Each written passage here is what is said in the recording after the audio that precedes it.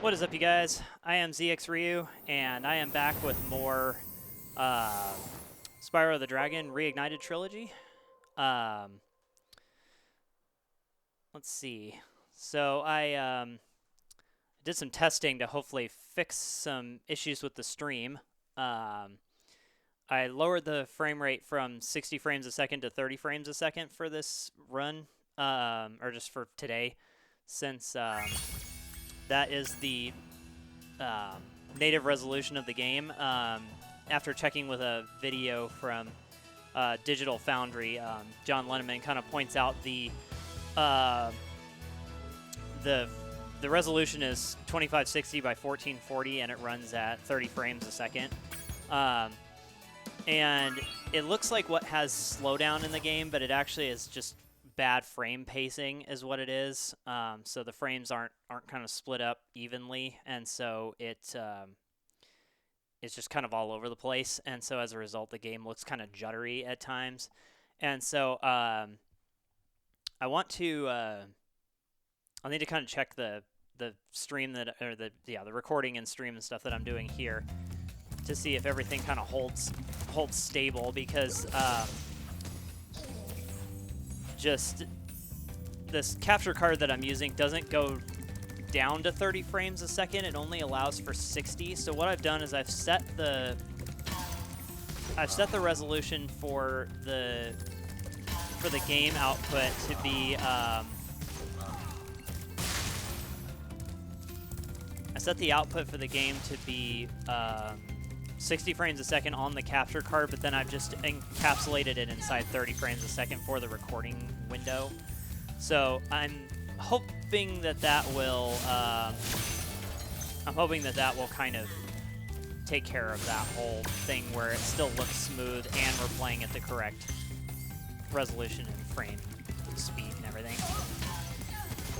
It might seem kind of, excessive or silly or something like that, but just after the stream yesterday, I kind of felt bad that that it was like not keeping pace, and that there's just, my computer was constantly complaining the entire time that the encoder was overloaded, and it was only running at like 51 or 57 frames a second or something like that. It would get to 60 every so often, but it was like really struggling to hold that lock on 60. So instead, what I decided to do is just lower the resolution of the encapsulated video to 30 frames a second so that it all matches. But the capture card itself is still set to 60 because there's no option to, there's no option to set it to anything lower than like 59.97. There we go. Gosh.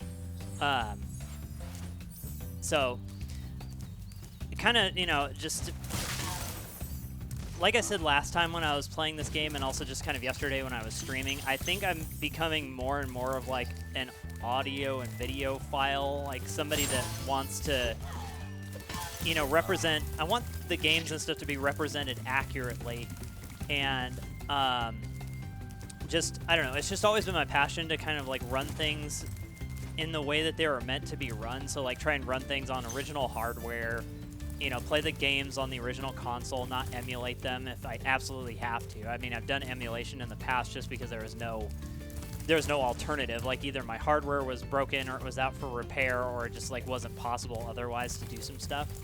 But for the most part, I guess you might want to call me a purist or something like that, or just over the top and unnecessary. I suppose you could call me that too. But I've always wanted to kind of show this stuff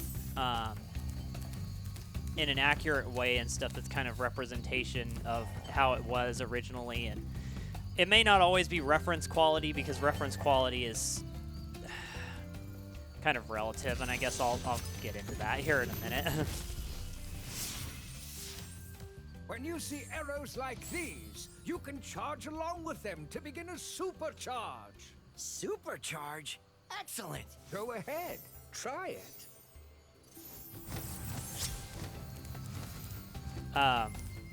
So reference quality is playing and just I mean, it's representing a game like in the uncompressed color space and just a whole bunch of other technical details, running that at the frame rate it was set to, or the game was made in. This portal leads to a special place where you can learn to fly. I remember when I was a young dragon, earning my wings. Learn to fly. Got it.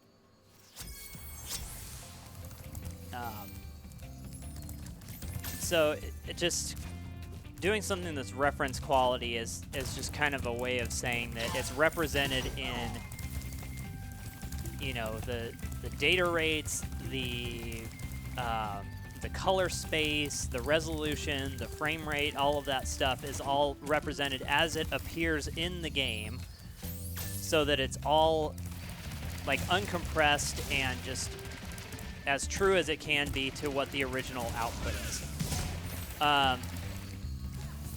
The difficulty with some of that stuff, though, is just that there becomes a level of quality that just is kind of unobtainable to a certain degree. Like, there are people that are still trying to stream and record and do all this stuff at even higher qualities than what I'm doing here. I've kind of set myself up to be, you know, within a certain margin to make it look as good as it can. But there's people that are running like the uncompressed color space, and they're trying to run it at the same bit rates as like what HDMI is dumping out, and you know, just absolutely insane quality for some of this stuff. And from my standpoint, kind of what I've done is I'm recording at the bit rates that that YouTube recommends for their videos, what Twitch recommends for their videos, and that's kind of as far as I really want to take things. I mean, it just probably the most difficult hurdle to get past is going to be streaming and recording 4K video at the same time at 60 frames a second. My computer can handle recording everything at 60 frames a second in 4K without any sort of issue. But when it comes to adding the streaming on top of it, for some reason it seems to slip a little bit. Like, I can't seem to hold 60 frames a second, at least right at this moment. But for myself, I don't think I really have any games that are really pushing anything that far.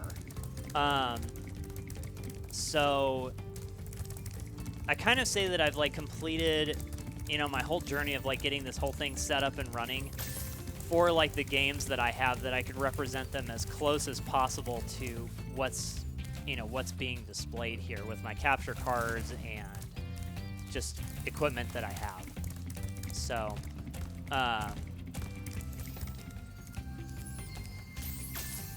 you know, because that's really all that mattered to me. There's like one or two scenarios I can think of that I really haven't tested yet that I probably will at some point. I am still looking for this last treasure. Where is it? It's in the locked chest, but where was that? Oh wait, wasn't there a cliff or something you had to fly into? Yeah, there's that whole thing up there. Okay.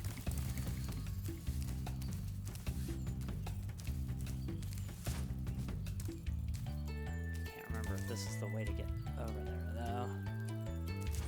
I don't think so. I don't think I can make that. Nope.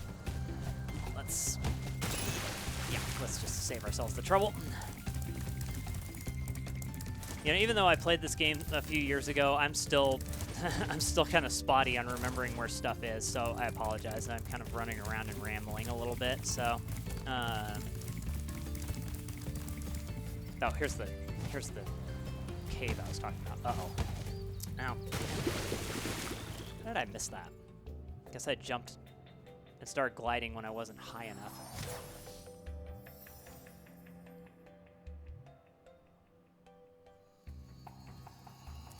Okay, let's try that again.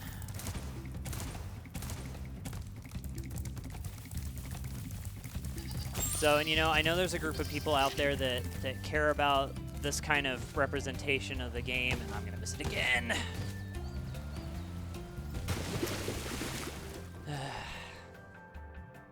Dang it.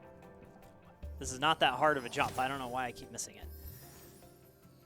So, but, you know, and I'm not saying at all that everybody has to play the game this way or that everybody has to stream this way or this kind of thing. I mean, I've seen some really cool, you know, people do some really cool stuff on their streams when, you know, and they're just running, you know, very... Why can't I make that jump? You know, just using what they have available. And so I just, this is just something that's fascinated me for a long time, is combining video games with, you know, with cool hardware and technology and stuff, because, you know, I really got, I got really inspired to do a lot of that stuff because my late grandpa was really interested in doing stuff with computers and was always tinkering with things and, you know, just trying to make his computer better and this kind of thing. And so I really took a lot of inspiration from that. And then I've always just kind of been around, I've always just been around people that always want to do things to the best of their ability and really, like, you know, really strive for excellence and just really take their hobbies seriously and just their job seriously. I mean, I had a lot of help from people when I first got started about, like, sound quality and how to understand how that all worked. And I don't know, there's just a lot of people that really shared a lot of their information with me, and so I've tried to kind of turn that around and just incorporate that into my own stuff that I'm working on, you know, for myself. And I know probably a lot of people that come and watch the channel are more interested in the game rather than, like, how I've done all this stuff with the technology or whatever. And you know, it doesn't matter to me if everybody cares about whether or not the game is running in, you know, the highest quality possible or whatever. That's just something for me that I've always found is interesting. I just love it when people come and hang out and chat with me and share their experiences with the game that I'm currently playing or other games or this kind of thing. They just kind of, you know, I don't know, it's just been really interesting to hear different things from the community about how their experiences were and this kind of thing. So I get a lot of enjoyment out of that too, just, you know, maybe even more so than just all this, like, technical stuff. And I really appreciate the people that, you know, listen to the channel and listen to me ramble about a lot of this technical stuff, because I know it's not everybody's favorite thing.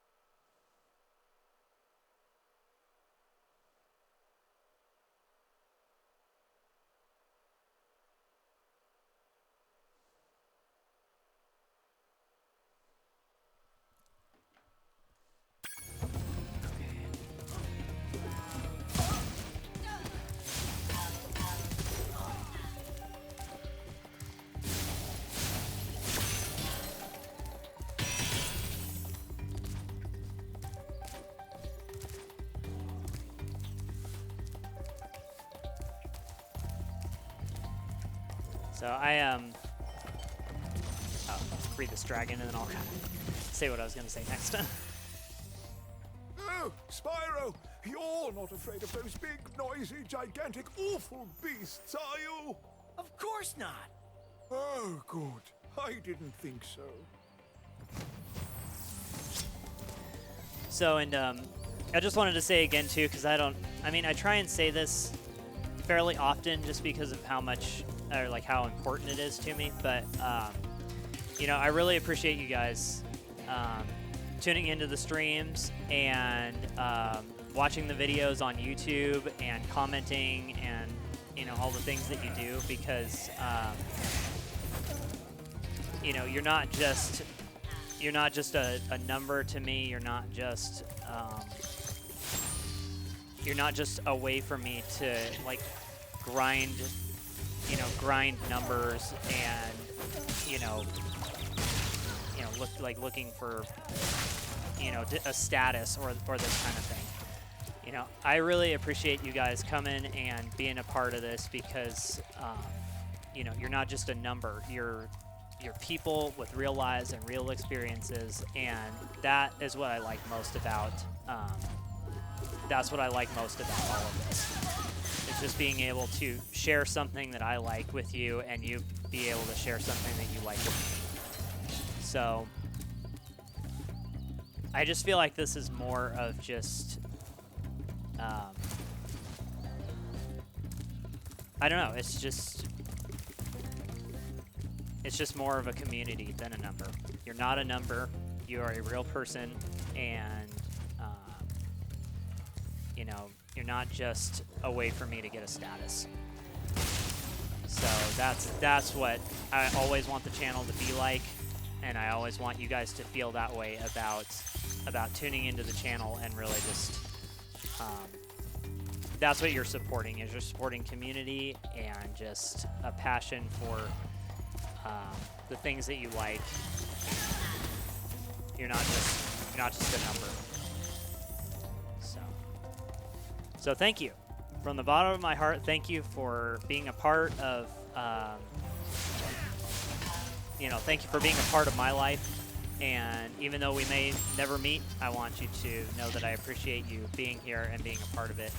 And, you know, it's really difficult across the internet to just tell everybody who's ever been a part of any of this stuff, thank you. But I do hope that in some way,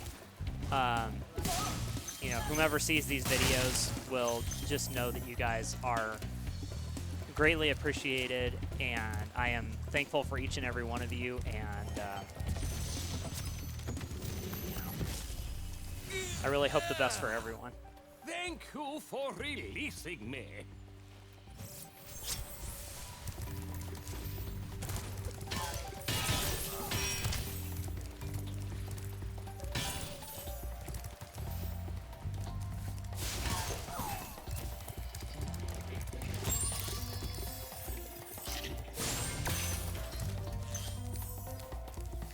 So I kind of mentioned on Twitter as well, you know, because talking about like grinding for different, I don't know if you want to call it a status or just like an achievement or whatever. I mean, there's also different terms that people use to describe things with Twitch and everything else. But, you know, when I post statistics and stuff on Twitter, it's just because I found it to be, you know, I found it to be interesting. Like, oh, I'm getting close to the affiliate achievement or whatever. But it wasn't because I was going after it specifically. It just kind of was something that I was closing in on, not trying necessarily to get to it. So, you know, and that's why I say too, you know, you guys are just, you know, you guys are real people with real lives, because it's not just about that. I mean, I've always wanted the channel to just be about playing games and enjoying games and sharing experiences together. And, you know, some of these things that happen, you know, as a result of us spending time together is just something extra. It's never my motivation. It's never my goal. My motivation has always just been for myself to make things look good when I play games, and to have fun together doing things like that, like with the marathons and streaming together and this kind of thing. But Great work, Spyro. If you keep this up, you'll learn all the tricks of the Magic Crafter's world. You know, it's always just been about, it's always just been doing something that I like together, so. Oh, hey, what's up?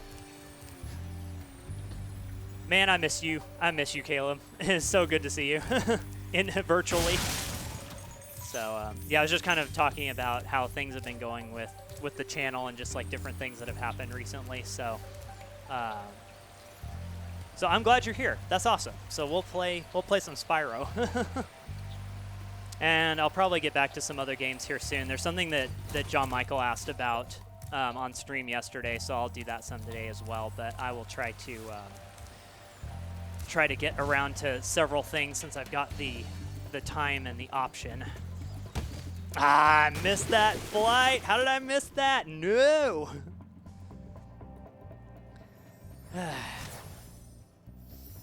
Dang it. Oof, yeah, indeed, oof. There's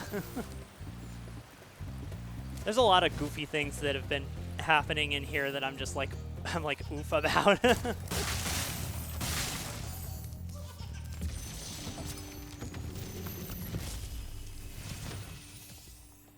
Remember that these blue thieves have stolen eggs outside the Magic Crafter's world as well. Don't worry, I'll take care of them.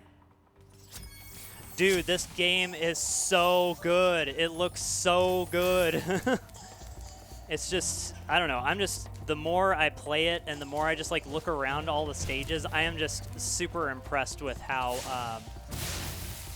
this game has been put together and just how it looks. And you know, it functions pretty well too. It's got a little bit of lag and some other things to it, but you know, it really doesn't take away too much from the gameplay. It's just a really, really faithful remake. Really, again, that thing is supposed to help you get onto platforms, not push you off of platforms.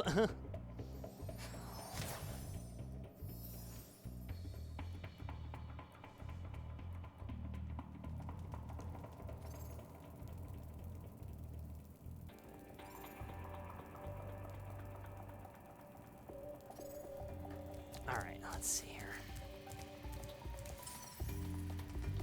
All right.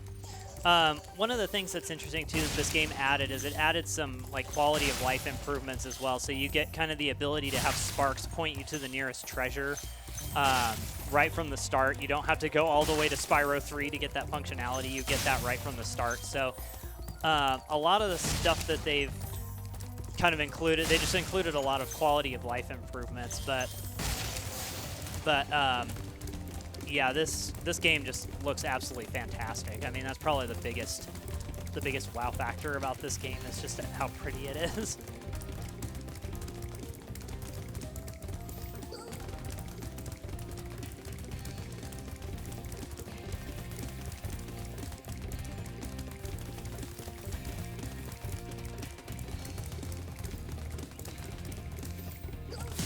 Gotcha.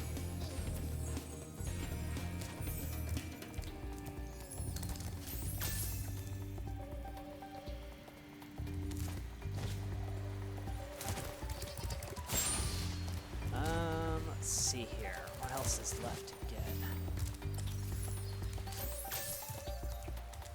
I miss something over there?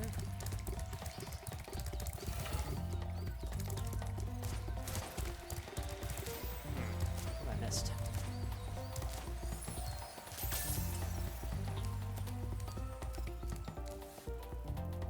Oh, there's 2 treasure chests over there that I missed? How did I miss those?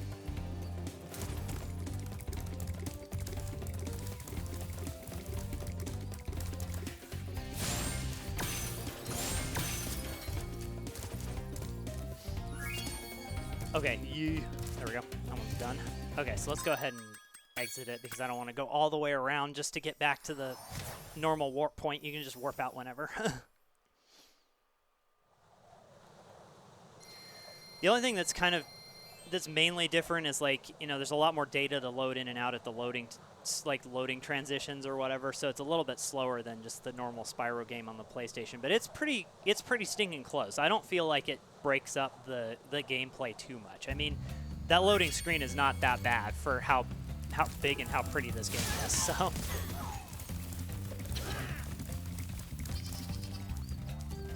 Let's see.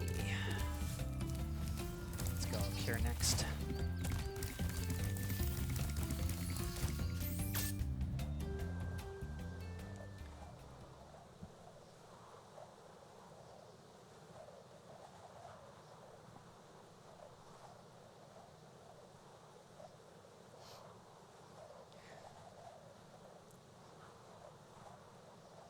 So, and Caleb too, I think this is actually the first, video series that I'm recording where I'm actually recording in some sense of 4K. So I'm recording at 2160p at 30 frames a second because this game is actually only 30 frames a second. It's not 60 frames. So I was listening to a video by a YouTube channel called Digital Foundry, and they kind of talk about what the frame, like how the frames and stuff work, and like just, I don't know, just they just like break down a lot of technical details about these games and kind of like what resolution they run at internally and like what platform they run the best on and this kind of thing. And so so I actually found through them that this game only runs at 30 frames a second, which is kind of interesting.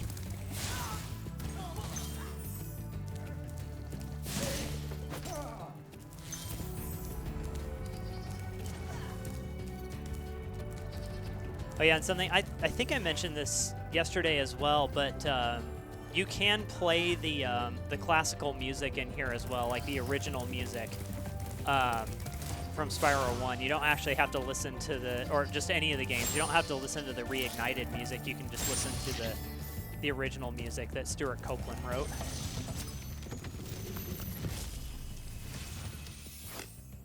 Please do something about these green druids. They insist on moving everything in sight. Oh, dude, I should go watch that video on Pokemon Scarlet and Violet just because of how weird that game was. I should listen to their video on that because I'm sure that was funny. Just them talking about how the game is just out of control weird with frame data.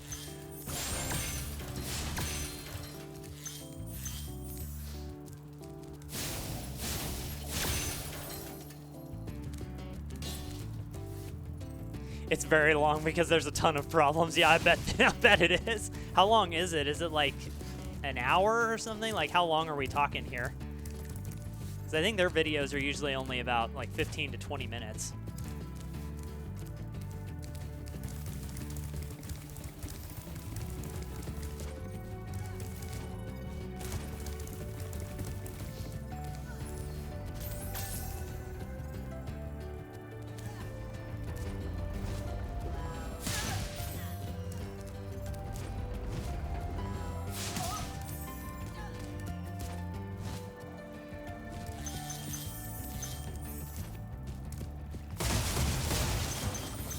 It's only like 17 minutes. Oh, okay, that's cool. I'm glad they kept it short, you know, not like at least it's not that bad where it takes an hour to explain everything.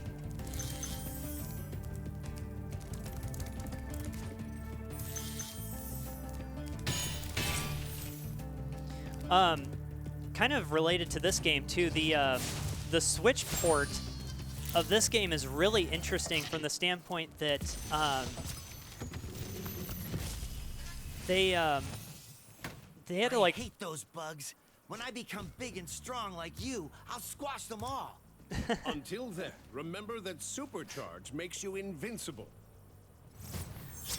I suppose that phrase is like squashing bugs in programming or whatever. When you become big and strong and can squash the bugs in your game development, but it's interesting, the Switch ports of all this stuff, because they really had to do some interesting things to make the game playable on the Switch hardware. They had to like redo some of the textures to the point where it like kind of like simplifies the textures in a way, and they do some interesting stuff with like the shadow work and just some other things to make it so that it's not like completely overrunning the Switch hardware. So it's really interesting when they talk about the Switch Try in particular. combining your supercharge with jumping and gliding, and really explore the high caves. And the thing that fascinates me too is just like the difference in resolution between like the docked mode and the like the full TV mode and stuff like that, because it just really kind of varies on like how good the quality is between some of those different things. And so I don't know, it's just the Switch in and of itself is a really interesting console, and then what game programmers have to do in order to make their games run on it is just very fascinating to me.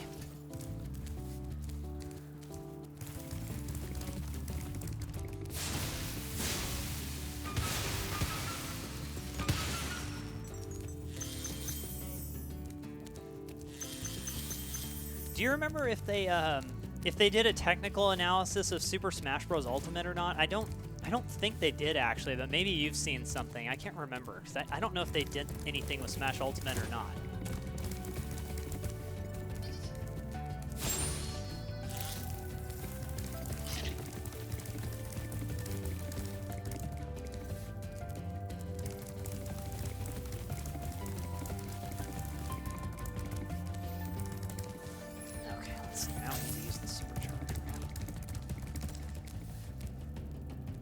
Okay, gotcha.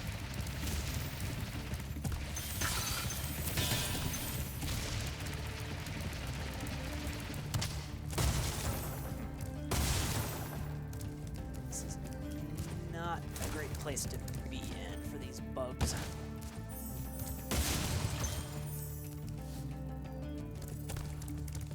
think I'm... What the heck? What the heck is he doing over there? That was funny. It's like glitched out in the level geometry. Huh. Alright.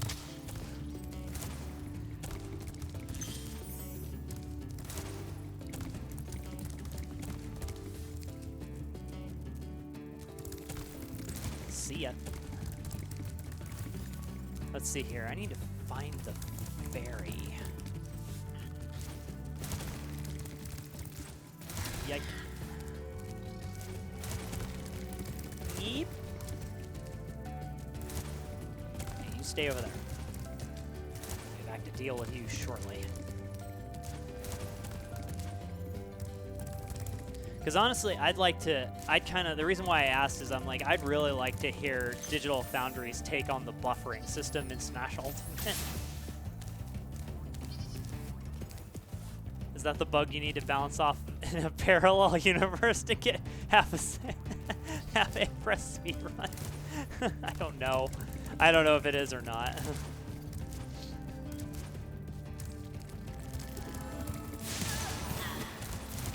Yike!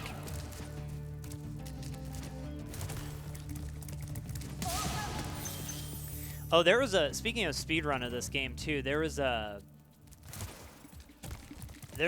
video that I saw of somebody doing like the fastest speedrun of this game or something, and you pretty much just spend the entire game out of bounds and then just like warp to the credits, if I remember right. It was a very, like, almost like, how did the developers miss this kind of thing? It's like you get back behind the level geometry somehow and then just like force yourself into a place where it just like warps you to the credits. The run's only like 6 minutes long or something like that. It is really weird.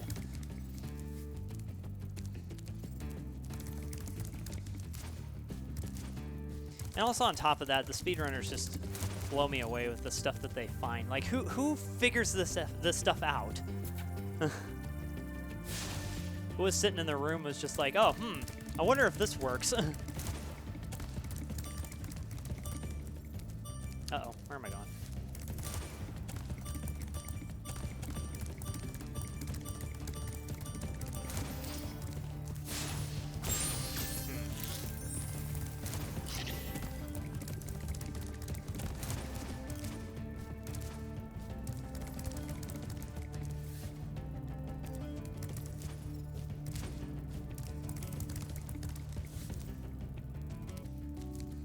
There's multiple rooms, and I cannot remember where the other room is.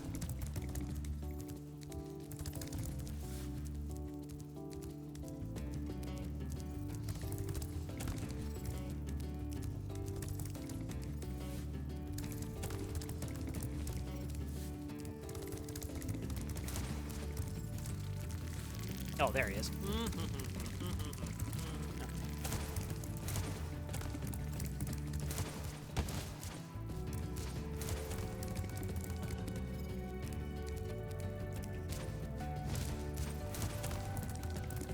Okay, let's see if we can get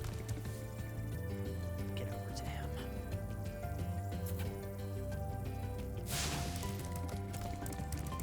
Oops.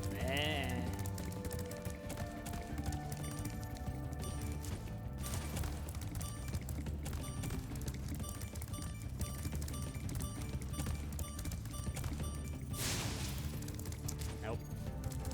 Hesitated too much.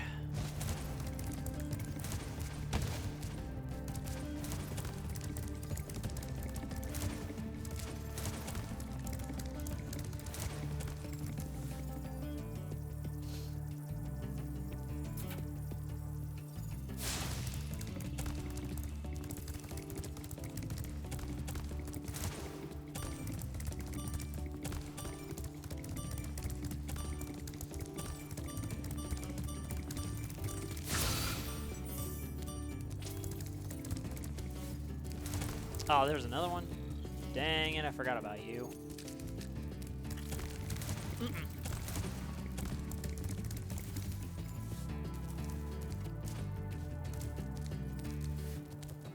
There's no supercharge. I think. Yeah, I think you gotta hit him with the fire, but... See ya. Okay, let's go this way. Let's go back to the ferry again. The ferry's like, haven't you figured it out yet?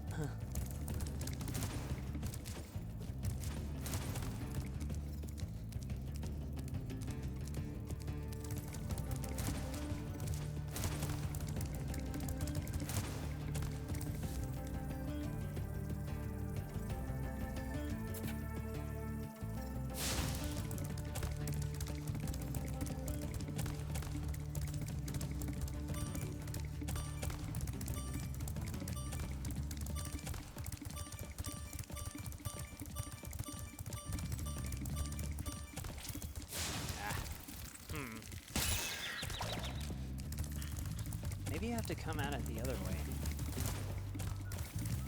Oh, maybe you have to use... Oh, you know what? I remember how you're supposed to get to that guy. You have to use the you have to use the supercharge from earlier in the stage.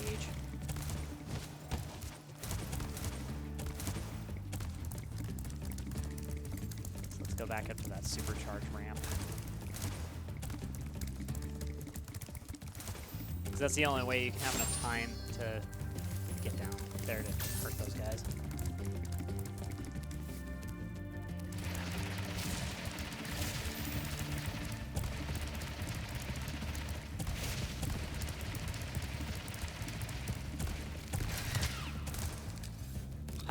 I missed him. I missed him completely. Ugh.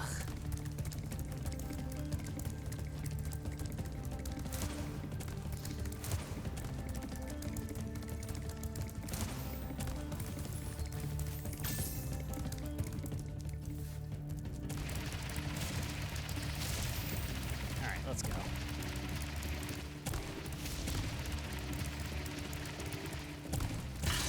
There, now I got him. Sheesh. Okay, now let's figure out where the treasure is that I missed because I clearly missed something. Oh, what? How did I miss that?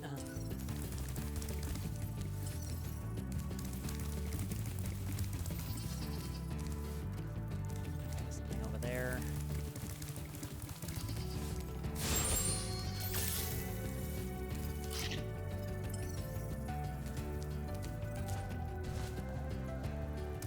Oh gosh, thought I was gonna miss that.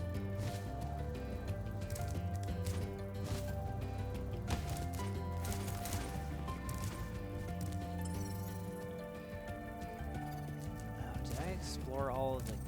Oh, maybe I didn't. Oh, you know what? No, I didn't explore all the caves. Duh. That's what I'm missing.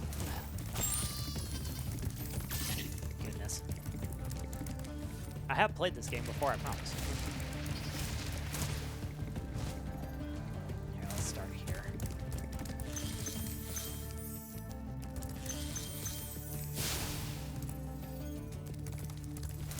Oh, what? Come on. There we go.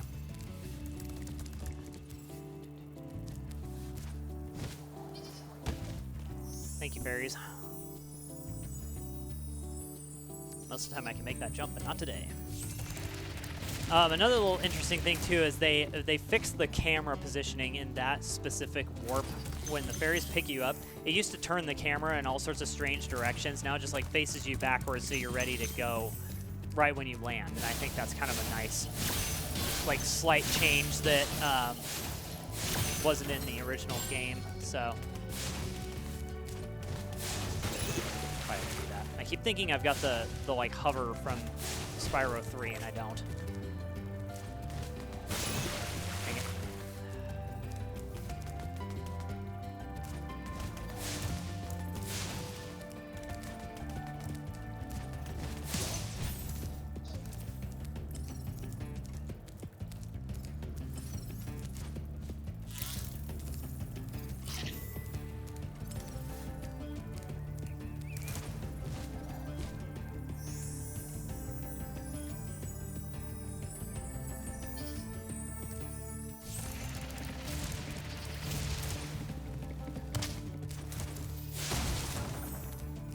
Apparently I missed a treasure chest.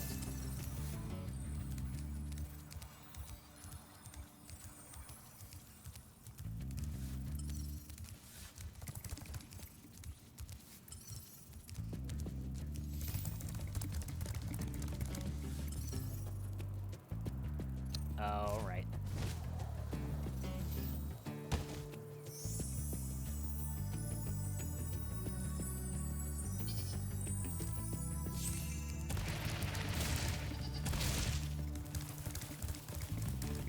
Yeah, I'm totally blanking on where some of this stuff is. All right, here we go.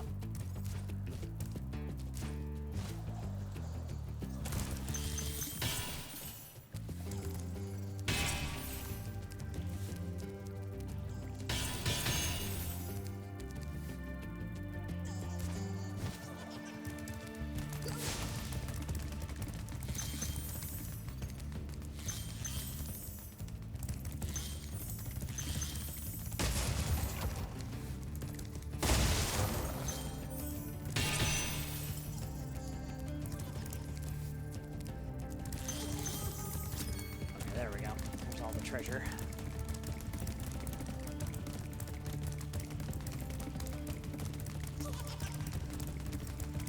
Come here, bud. Gotcha. Yay, level complete.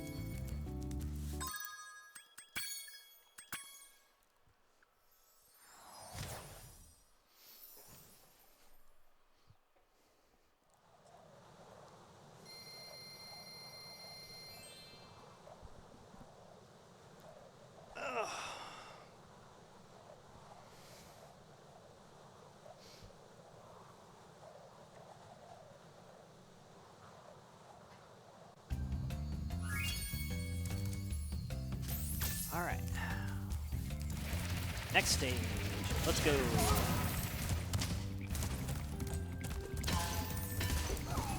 Time to go flying.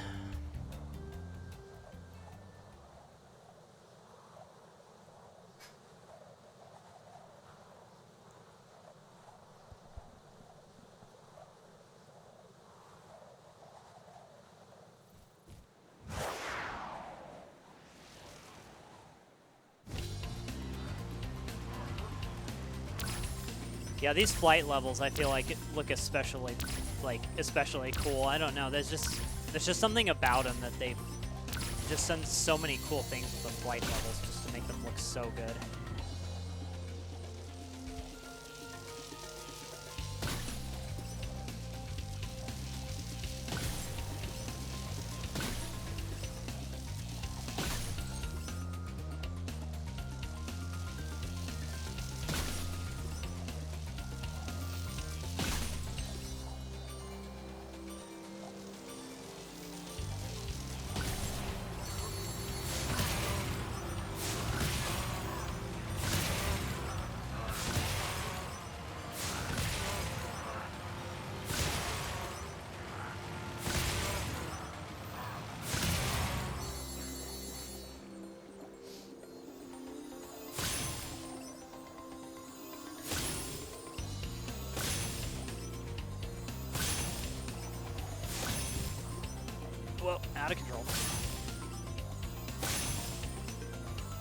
Yay, first try. Hey.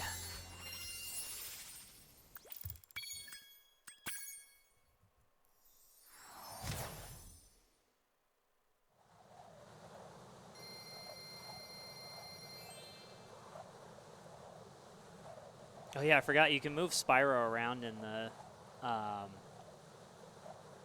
the like warp area. He like does different things. I don't know, it's kind of funny that you can move him around in there.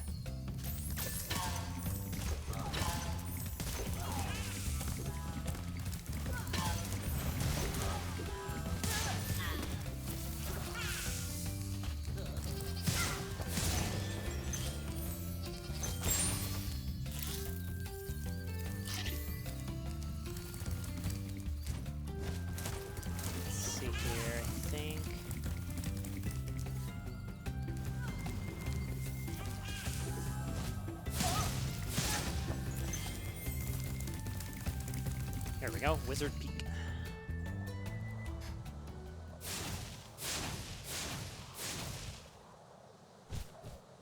Yeah, you can make him flap, you can make him flame. You can do barrel rolls in here.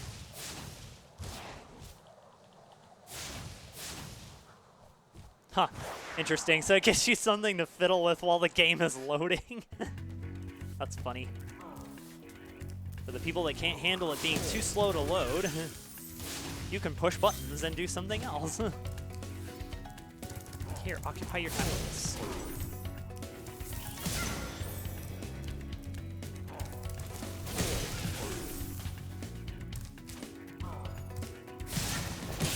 Ouch. I don't know, but in this remake, it's kind of weird. The wizards actually remind me like of Vivi from Final Fantasy IX. They kind of look like Vivi's cousin. Vivi's electric cousin.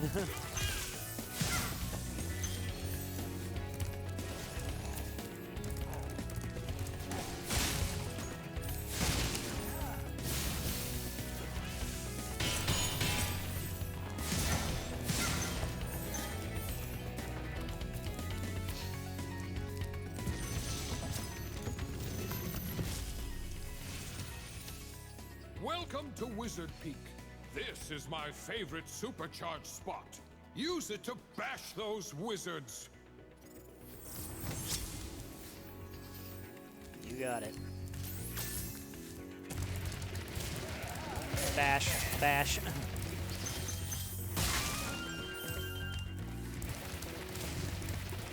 You too.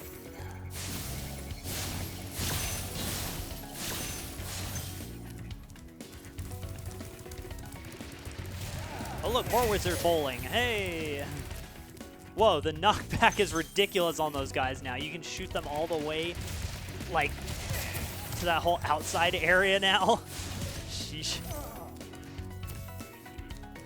Alright, let's go get the stuff in front. Let's see here. Let's see, this should be enough to get us over to that other area. Whoa! Except I cut out the... I should not have done that. I should have, like, ran the supercharge a little bit farther rather than canceling it, because it shifted me way down.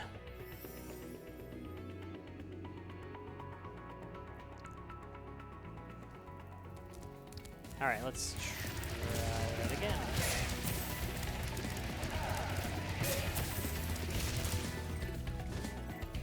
Oh, huh.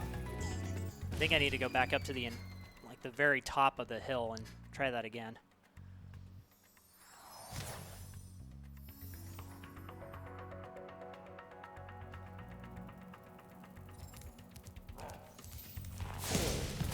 Oh, huh.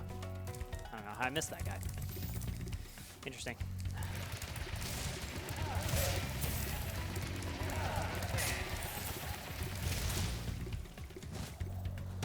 Ah, man, how do I keep missing that?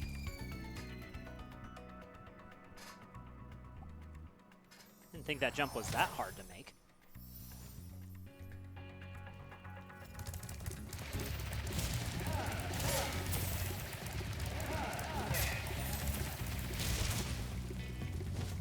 There we go. I don't know what I did differently that time. I guess I did it differently enough to make it. Whatever.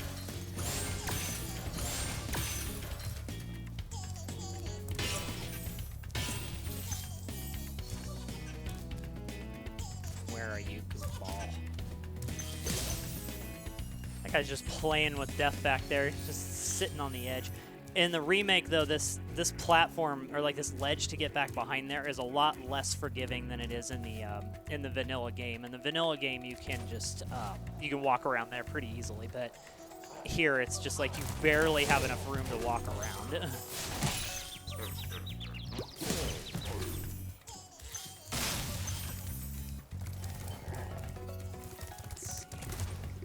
Oh yeah, I need to break that. Ow. Hey.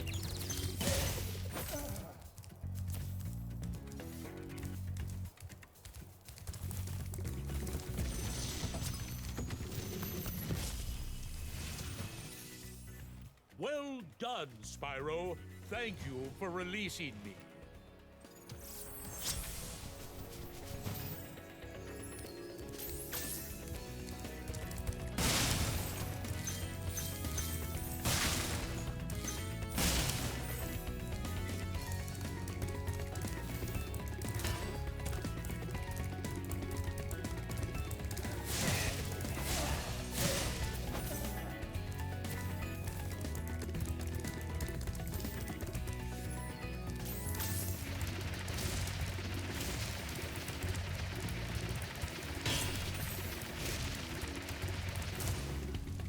You.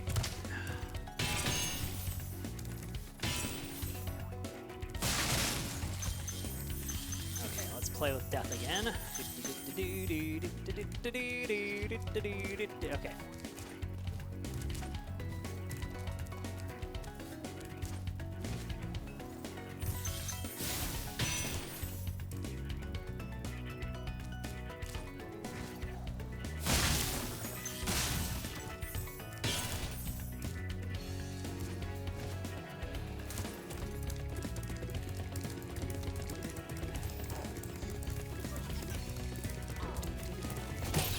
What? That guy can still hit you even from down there? Whoa. Okay. I'm trying to remember if that was in the original game or not. I know it's a really weird, you know, weird detail or whatever, but sometimes I care about things like that.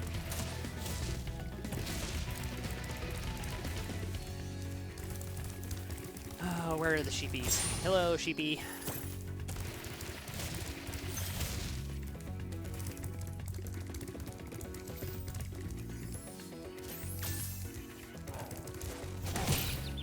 What? Pushed me down into the heart box. Okay.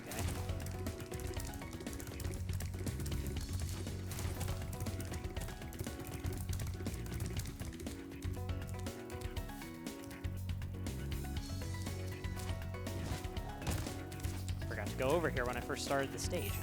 Hello, sheepy.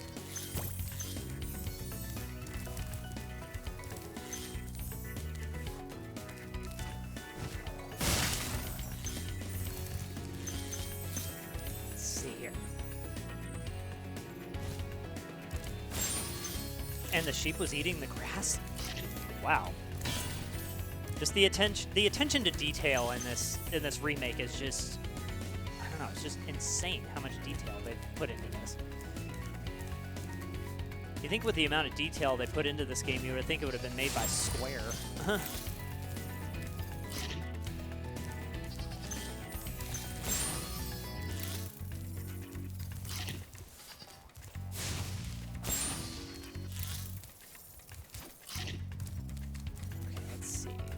Place to jump off. I think the jump off is right here.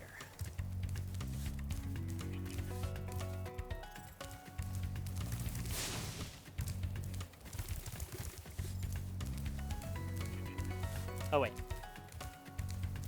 Nope, nope. I need to be going the other way. Wow, there's even like snow falling. Dang.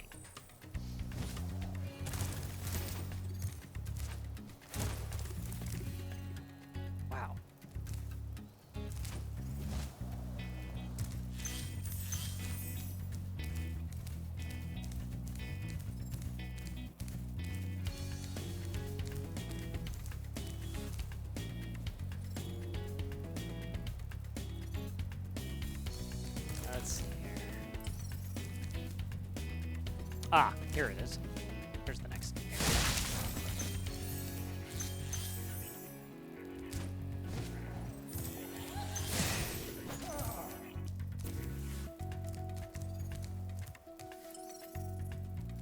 Okay.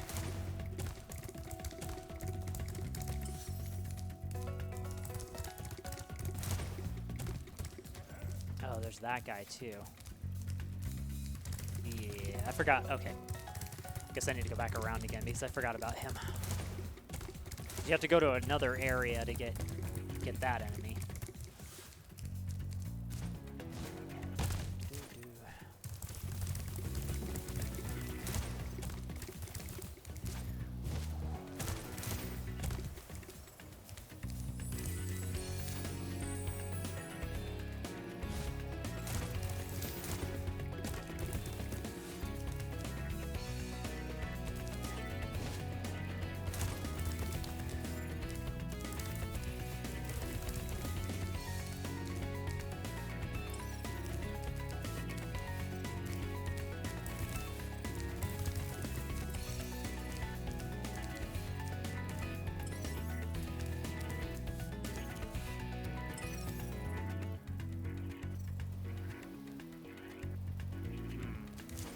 Where is that enemy?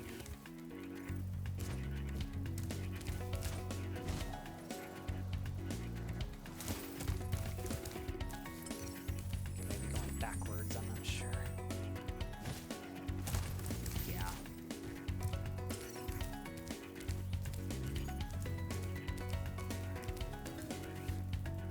Oh, you know what? I think I have to glide from here. Yep, there he is.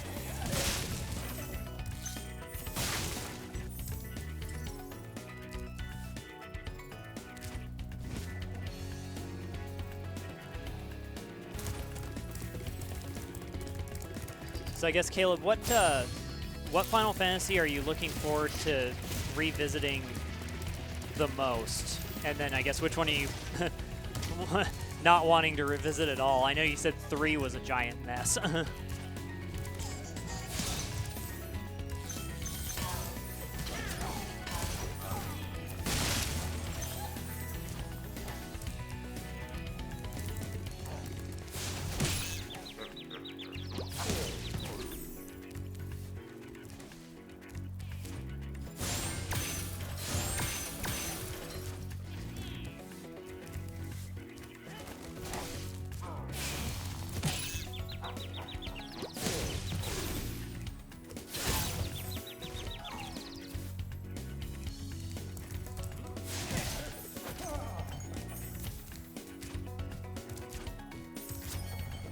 There's all the treasure.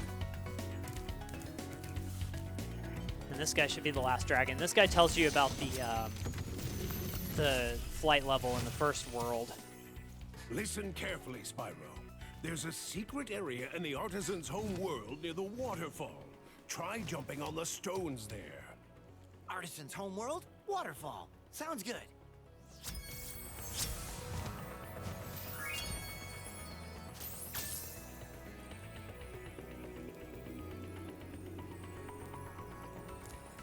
Nine and 10. Okay. Yeah, 9 and 10. That's going to be... I mean, Final Fantasy 9 was like one of these things that people either really liked it or really didn't like it. And I don't know, like... I don't know where the, like, criticism really came from because I'm not super familiar with 9. I mean, I know kind of what the criticism was for 10, that just the American version just... I don't know. People thought that, like, the voice acting was kind of strange and also just the... I don't know, just like the storyline of like what happens with Yuna, kind of like throughout the game, people kind of didn't like. But I mean, I don't know. I tried to take some of that with a grain of salt, I guess, until I've kind of played it myself. But those are just some of the things that I heard about, that the voice acting was kind of strange, and also it was just like the way the story was written was kind of interesting.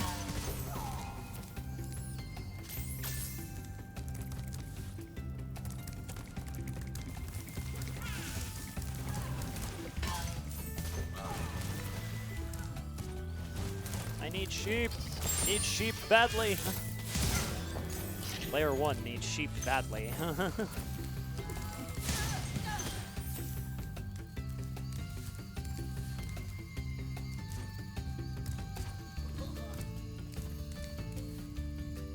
There's a lot of unstoppable battle animations. Okay, interesting. Yeah, because some of the games you can turn on and off the battle animations, or unskippable battle animations. Yeah, some of that stuff in like, I don't know, in some versions of the game or just some of the games in general, you can just like turn off all of the fancy effects to kind of speed things up. But okay, 9 is insanely good, very emotional. Biggest only kind of complaint, yeah, is the unstoppable or unskippable battle animations. Yeah.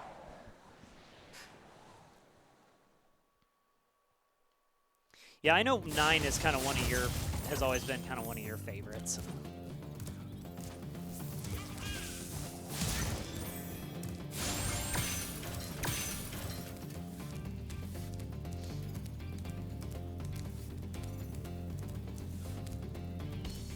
You can fast forward through them at least. Okay, yeah, and yeah, that's nice that they at least kind of gave that to the player in the later versions, that you can kind of skip past some of that stuff. Because I mean, when you first play through a game, it's like, okay, yeah, it's shiny, but then, you know, after a while, it's just like, can we just skip this?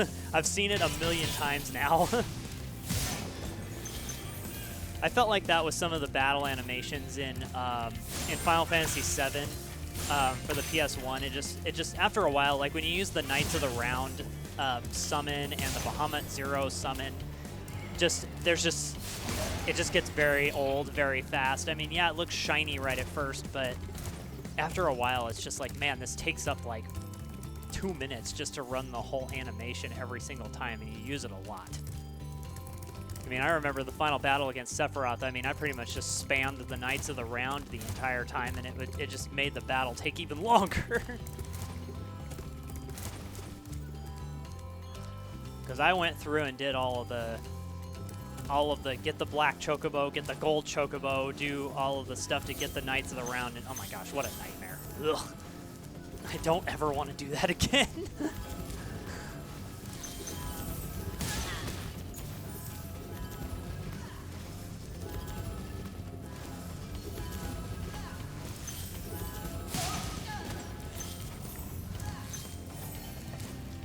Yeah, I think it's been nice that they kind of gave that to the player, where for like repeatability or whatever, if you're wanting to play the game over and over again, you're going to want to skip some of that stuff. It looks shiny the first few times. You know, you can relish in it a little bit, then after a while, it's like, okay, go on, let's go on. Listen, me, Spyro, you have no idea how long I've been trapped in Crystal. And, neither do I.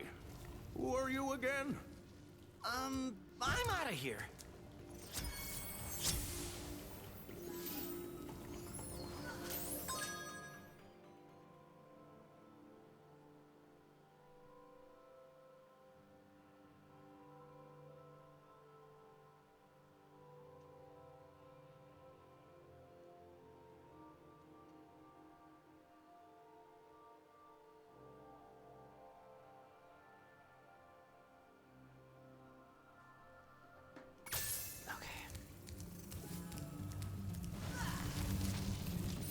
Hey, thanks, bud. Thanks for helping me with the platform.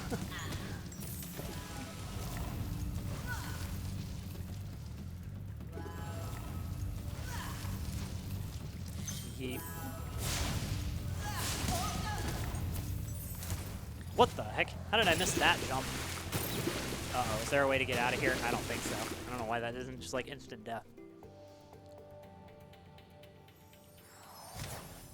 Oh, the Final Fantasy you're extremely unsure about is going through 11. Yeah, 11 is going to be...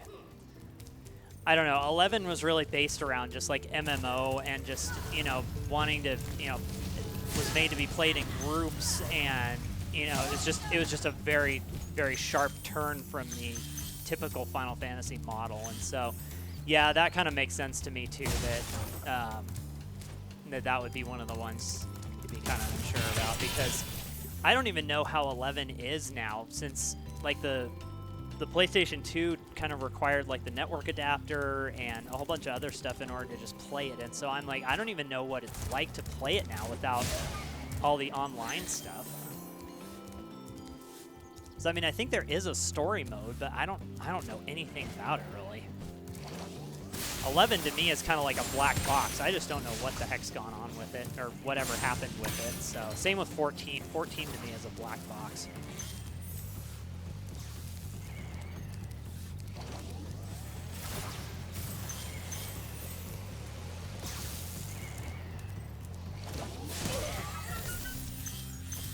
Yeah, I'm sure going backwards from 14 to 11 is going to be interesting because, yeah, I'm sure there's going to be a bunch of things that they took away from you. They're just like, why did they take this away? Or why don't I have the ability to do this or whatever?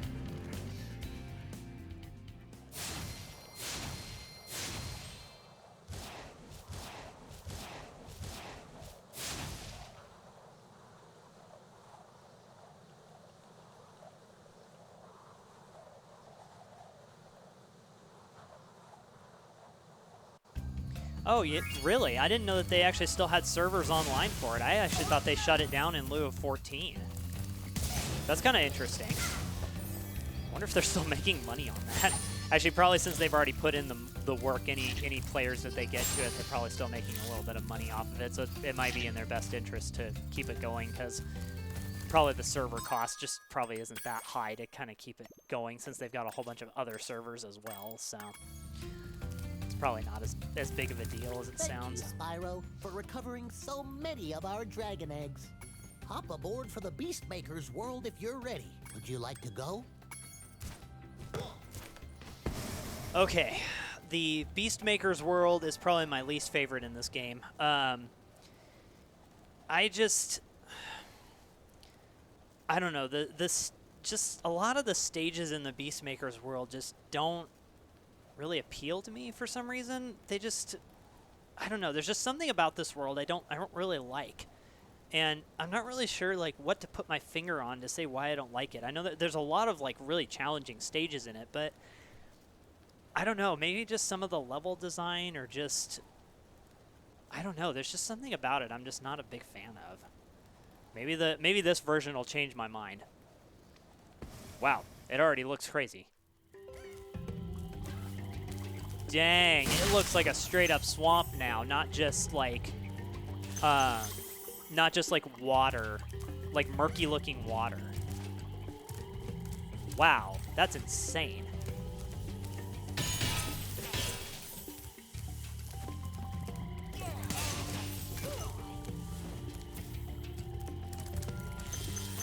Wow, yeah, this looks like totally different.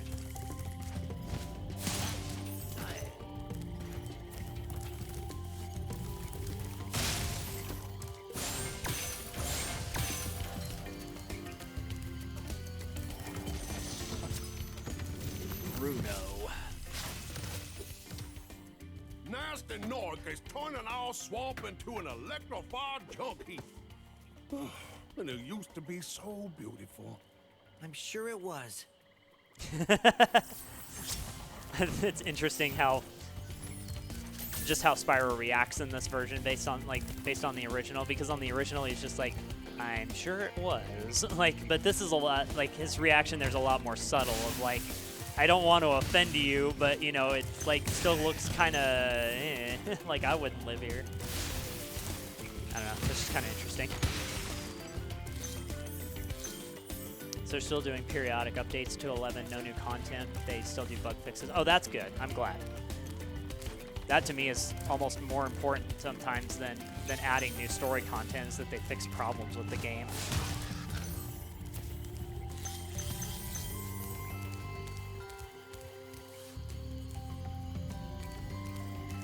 One game that would be really kind of interesting to see if they went back and fixed the bugs, what it would look like is if you went back and redid Super Metroid and took out like all of the glitches and everything else that the speedrunners have found over time, like the arm pumping and like mockballing and all this other stuff. I wonder what it would be like if they took all the glitches out of it, like the exploited damage boosting and stuff like that. I wonder what that would be like.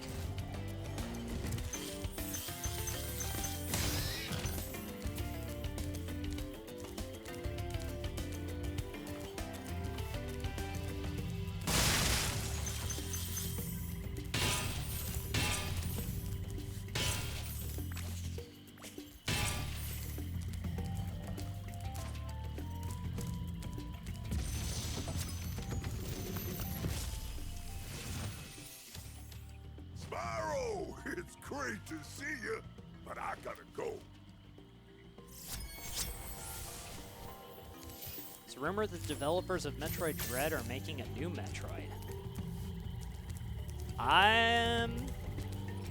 I wonder if it's Prime 4. There's been a lot of rumors floating around about, about who's... Is it still Retro... Oh, what's the name of it? Retroware? No, that's something else. Shoot. What's the name of that company? Shoot. I can't remember.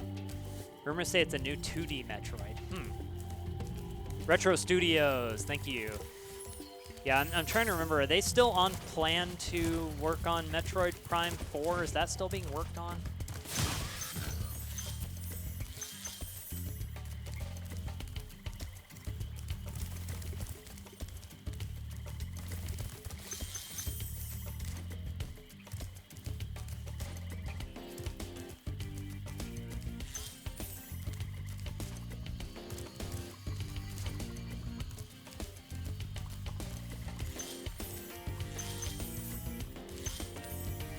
Yeah, there's been no news on Metroid Prime for like the last 5 years. Yeah, that's... yeah. And that's so sad because Metroid Prime 3, when I played it, it just...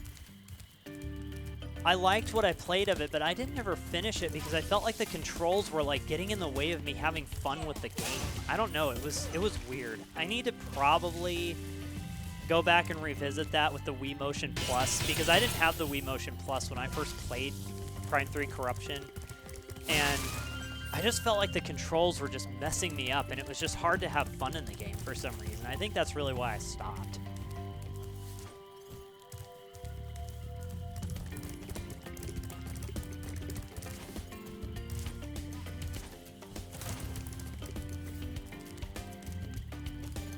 Where's that platform that's got the key on it?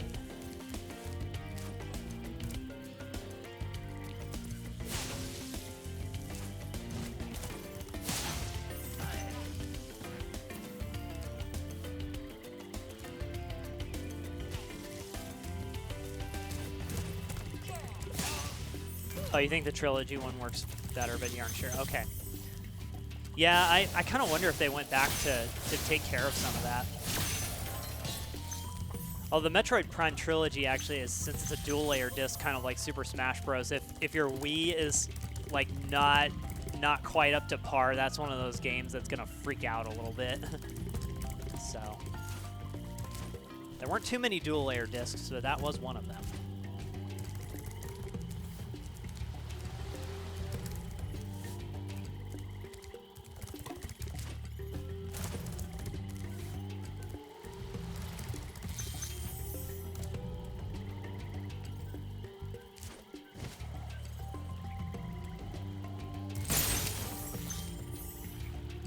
Also, just like for the purpose of the YouTube video, if anybody, you know, if anybody else sees this or whatever, CSAND has been kind of one of the has been a really big help when it comes to the Nintendo Wii and just like different Nintendo consoles, because I've always kind of been in the Sony camp of stuff, and so CSAND has really kind of helped me work through a lot of the like strange things, because the Nintendo Wii is a very unique console, just like from a hardware standpoint, and just like the video output on it is kind of is a very strange thing to kind of reel in, and just kind of over time we've had to work on stuff together to get good video quality out of the Wii, and so so CSAND has been really good at helping out with like Nintendo stuff, especially the Wii and the GameCube. Anytime I have any kind of technical issue with the Wii or the GameCube, I always ask him about it, so.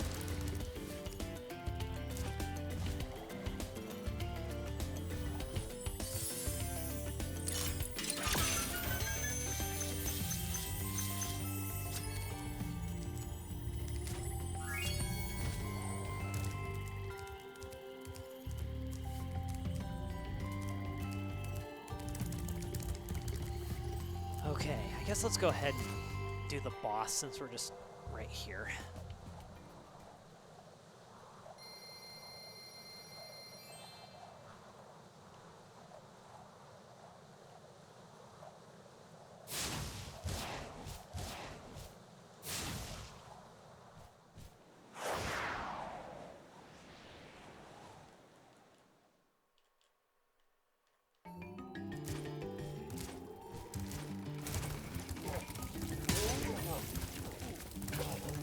Huh, interesting. The guy's suit of armor in this game was interesting.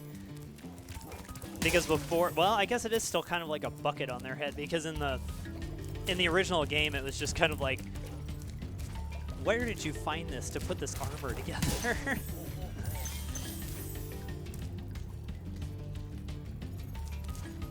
Their armor is just like pieces of stuff they found on the ground.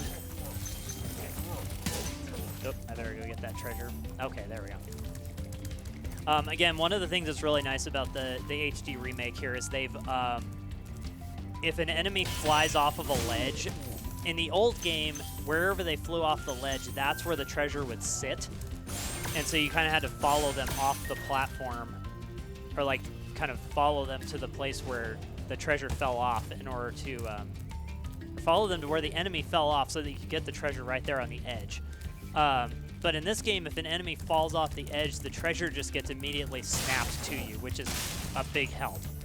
Because I don't know how many times I was running around a stage looking for treasure that was just laying on the ground somewhere because an enemy kind of rolled off and I either didn't know it or didn't see them or missed them or whatever. And so that was a really, really nice thing that they added. That's kind of, it's very subtle, but I appreciate that they've added it.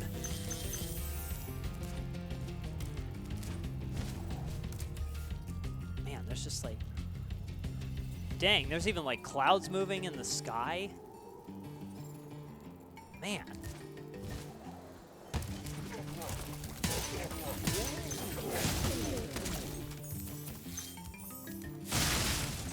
Man, if you have not seen, I don't know, you should go watch the original Spyro game and then just like do some side-by-side comparisons of this stuff, because this is just insane, the things that they've put in here. Oh wait, there's a treasure section that I need to go do before proceeding on. In the water.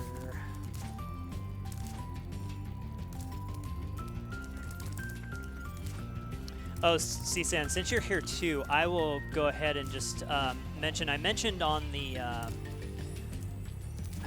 stream, I think yesterday.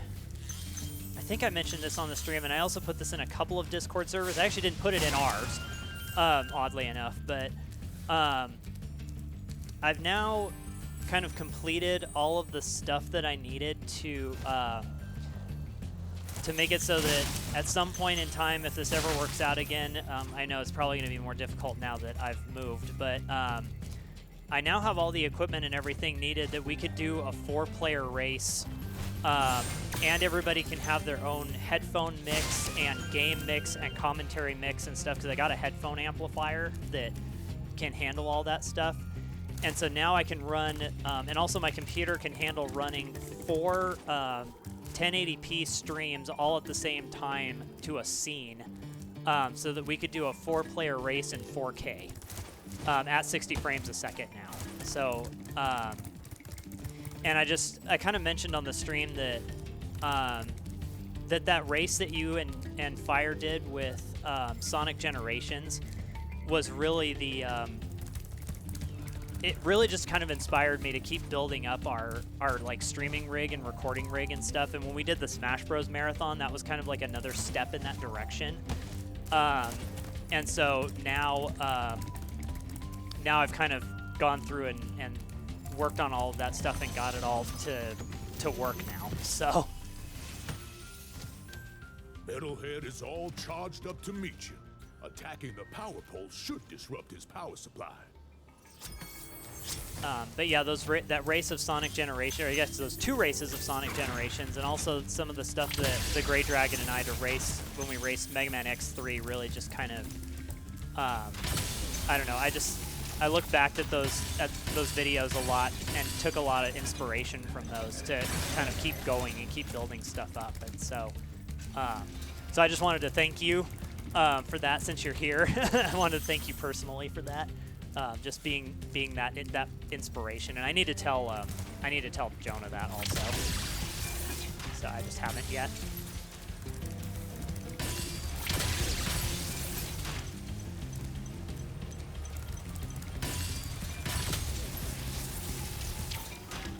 think I told people too, you know, I appreciate you, I appreciate you guys kind of like working with me on some of that stuff, because I know just in retrospect thinking about it, there was a lot of setup and stuff that we had to do to make those Smash marathons just even work, and there was always like technical issues and just all of this other stuff, and so it just, I just appreciate the fact that you guys were very patient with me while I worked on a lot of that stuff, because there's, I don't know, it was something that I really wanted to do and really thought it was a cool thing to do, and so I just really appreciate you guys, you know, kind of hanging with me while I did some of that stuff, because I know it was probably boring, you know, sitting waiting for me to get technical issues worked out sometimes.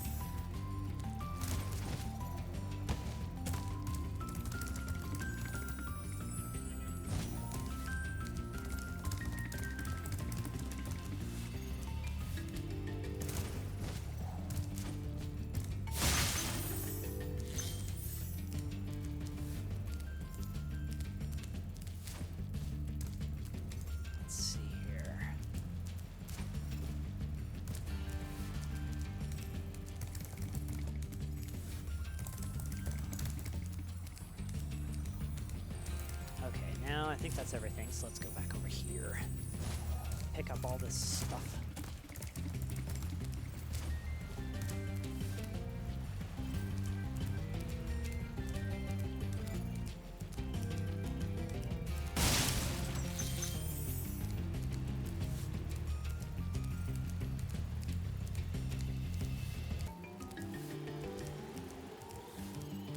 Let's see here, I need to get back behind the waterfall.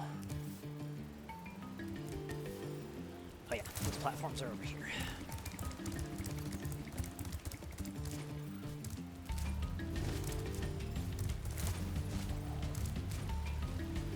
Oops.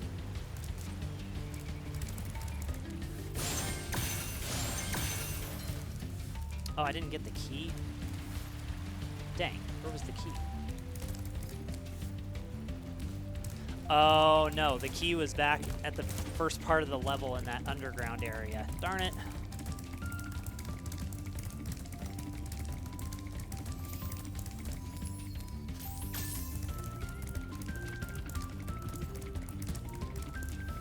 Alright, let's see. Let's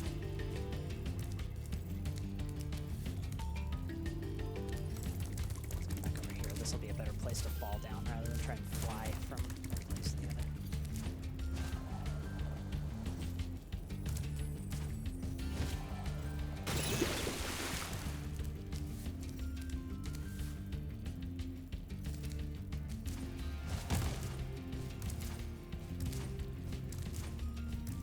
Oh, and I'm missing treasure too. Did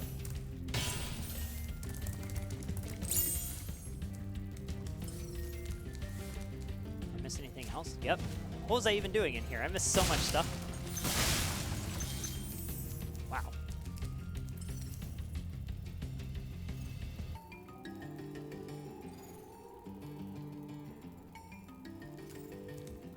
Let's see.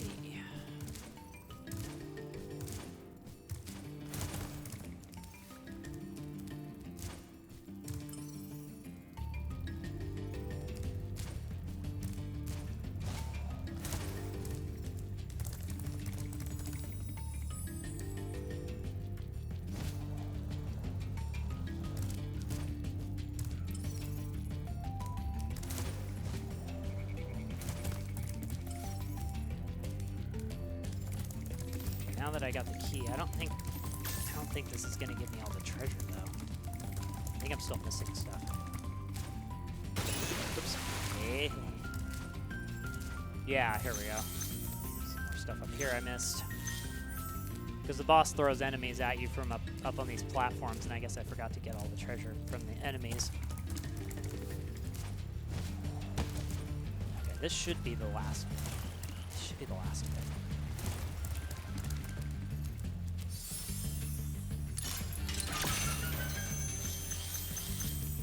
Yep, okay, great.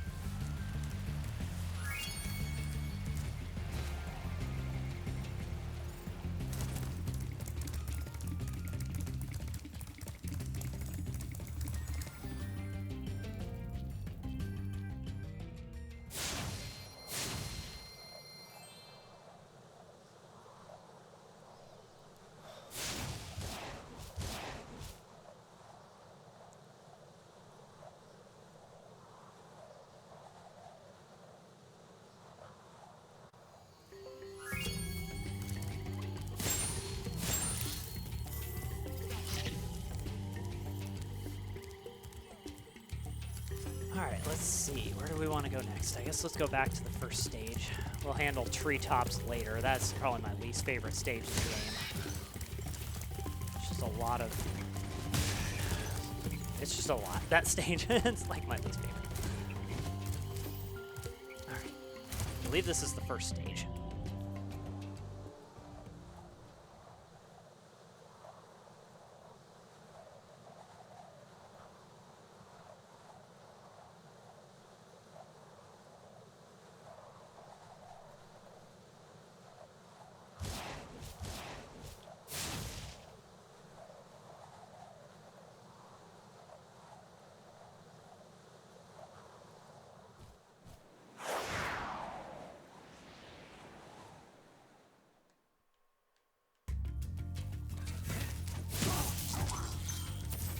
The way the enemies die in this game too is just kind of interesting how they've changed all of their death animations. I mean, they used to be like really, really simple. Some of them would like spin around, some of them would fall down, and now they just have really cool, like, I don't know, some of them are elastic, some of them shatter, some of them just, some of them do fall over, some of them drop what they have in their hands. A lot of cool little things.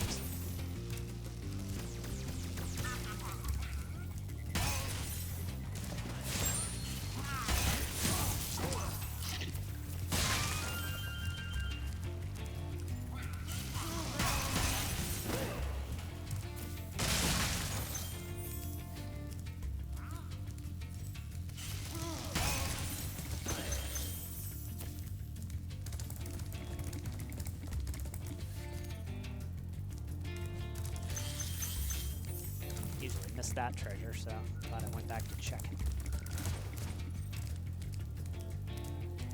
Let's see.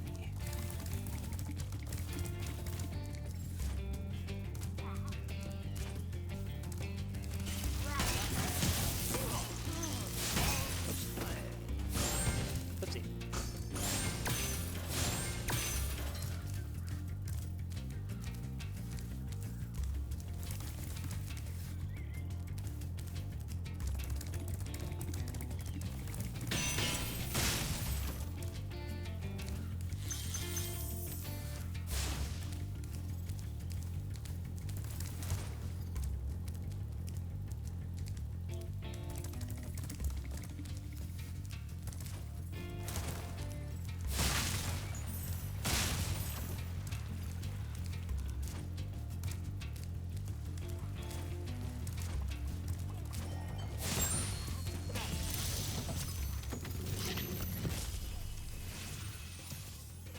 Watch out, Spyro.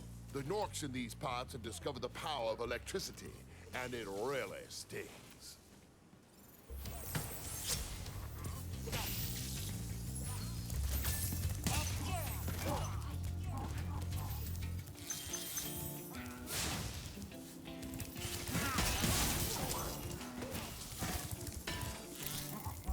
Oh yeah, we're gonna have to play with fireworks to get some of that stuff.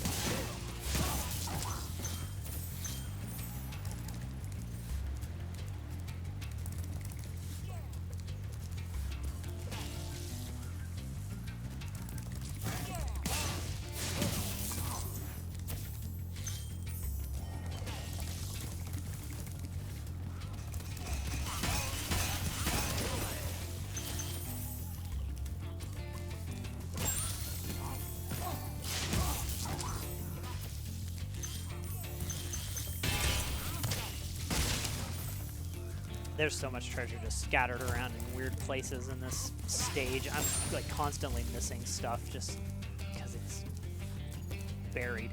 And now with all the like terrain changes and everything too, it's making it even harder to see where the treasure is. They hide it in the grass and some other stuff too. Good job, Spyro. One day you'll be able to tell all the dragons about your amazing adventures. Sure, but what I'd really like to do is get out of this swamp. What's kind of interesting too is that in the remake, they don't. The way Spyro interacts with the dragons has changed a little bit too, because there's some. There are some times where a dragon would say something, Spyro would respond, and then the camera would kind of shift back over to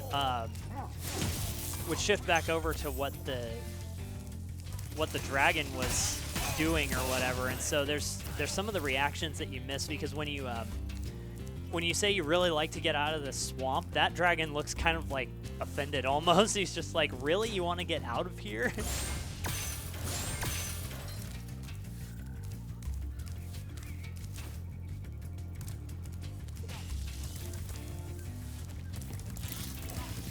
I think a lot of the dragons get kind of offended here. They're just like, what, you don't like our swamp? What's wrong with you?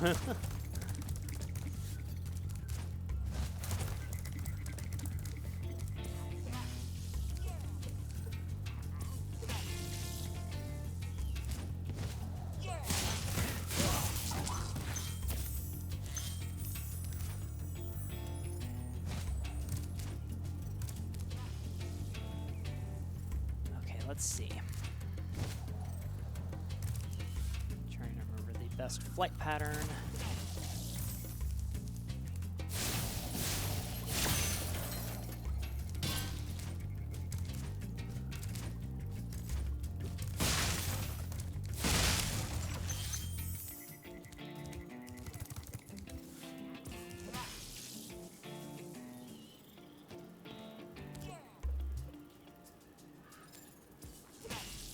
Here, where are the rockets? I like the fireworks. Where are the fireworks?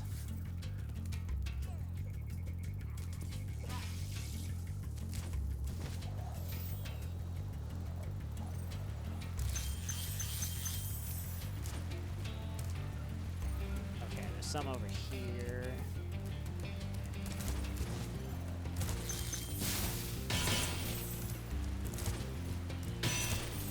One thing I've noticed about this game more and more is that the remake, when you do the glide animation shifts you down a lot.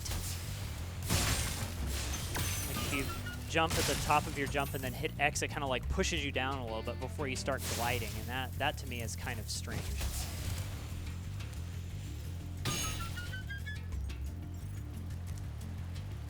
Let's see here, where's the last rocket? There should be one more.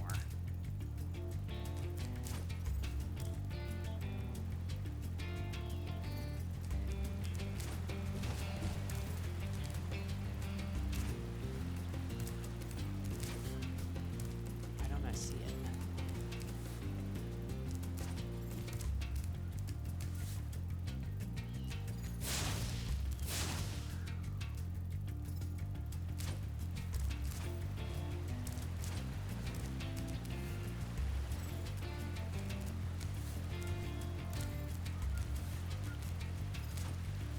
Huh. How strange. It's got to be right in front of me and I'm just not seeing it.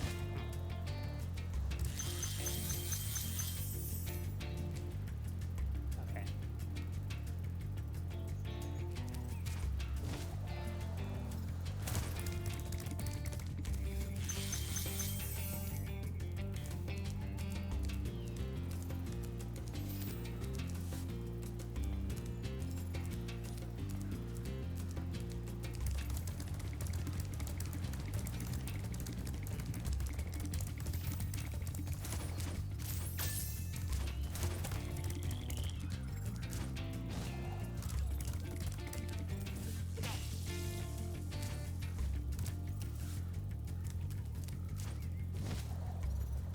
Let's go around again, because maybe I just missed it.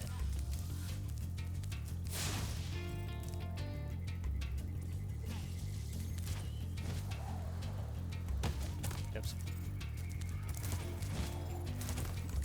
should not have turned.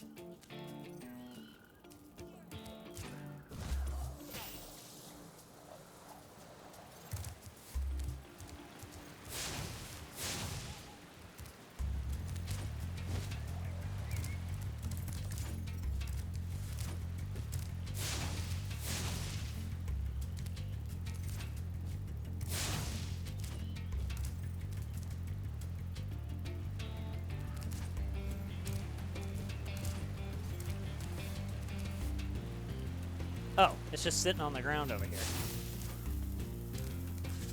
Wow, no wonder I missed it. It's green, sitting next to this terrain that is also green. Wow, okay. Goodness. That was hard to see.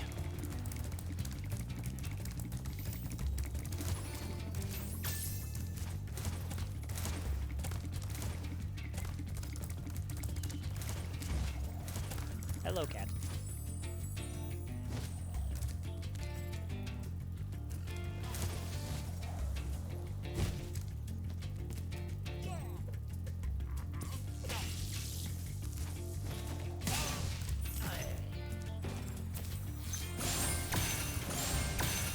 Skill point acquired. What skill point? What did I even do?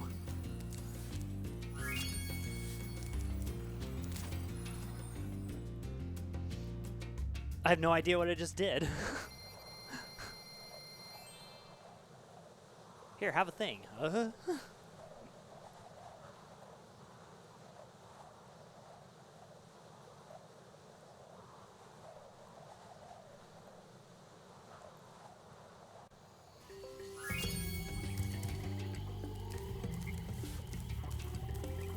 Alright, next stage. Misty Bog. Let's not get bogged down in the bog. Da-doom-tsh.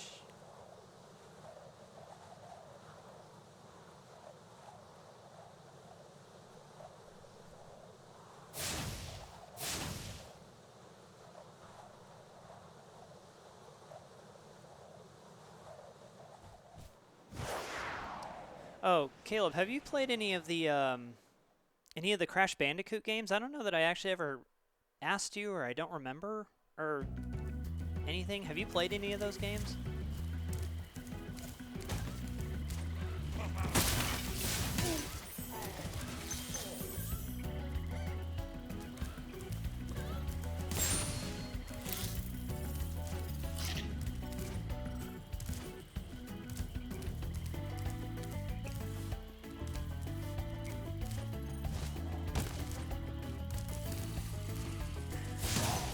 Any of the Crash Bandicoot games, like either the original or the Insane trilogy?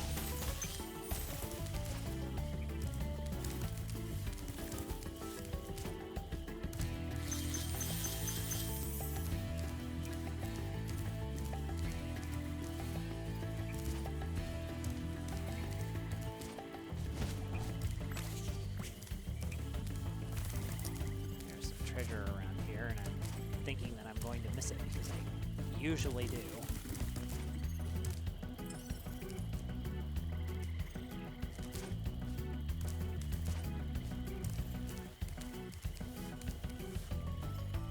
Okay, alright, yeah, I couldn't remember if you'd played all of them, so you have played all of them. Have you played 4?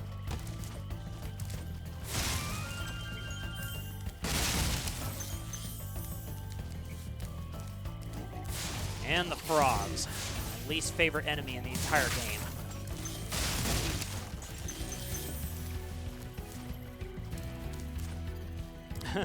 Loki, I don't necessarily need your help using the controller, thanks. He has his hand on my thumb. Okay, so you've never played 4. So, okay, interesting. was thinking you probably had, because there's two versions. There's one for the PlayStation 4 and there's one for the PlayStation 5. I think they went and redid some of the stuff for the PlayStation 5 with that game.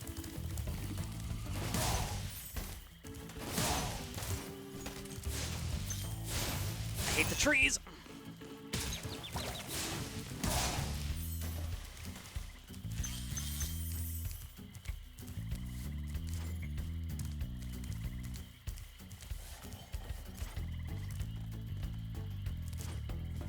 Oh, you guys all did a race of Crash 2?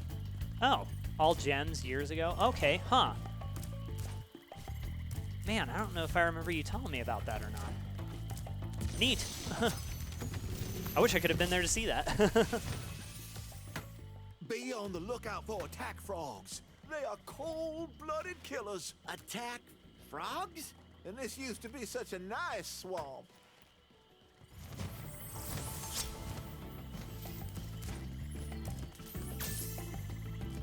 Let's see here. Which way to go first? That's always the question.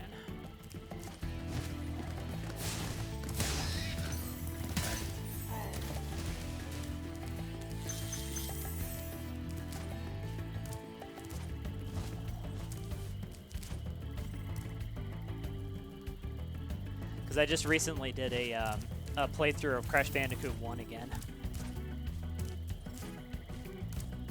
Yeah, I don't remember what I was up to at that point in time either, because I'm honestly surprised about that as well. So.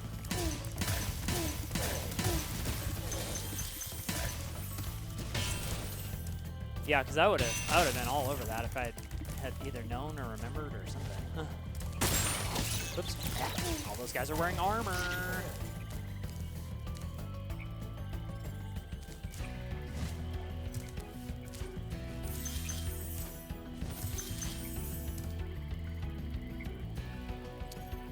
Okay, now for this section with more and more frogs. Okay, so we're gonna go over here, and then we're gonna fly down, or just jump. It's kind of the easiest way to avoid getting hit by those guys, because they'll hit you a lot, is if you jump up, the frogs will usually miss with their tongue and you'll hit them. But it looks like in this version, actually, they've been kind of tweaked to not be as aggressive or something. Dang it. I figured I was going to get killed. There's too many enemies in here. It's probably the worst room in the game in terms of enemies and what they can do and can't do.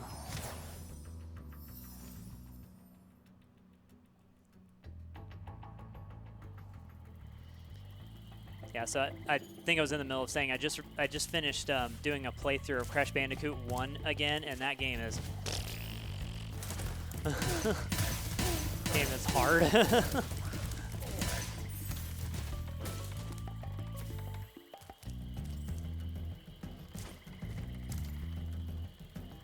Oh, right. Uh-huh. Okay, yeah, I bet that was interesting.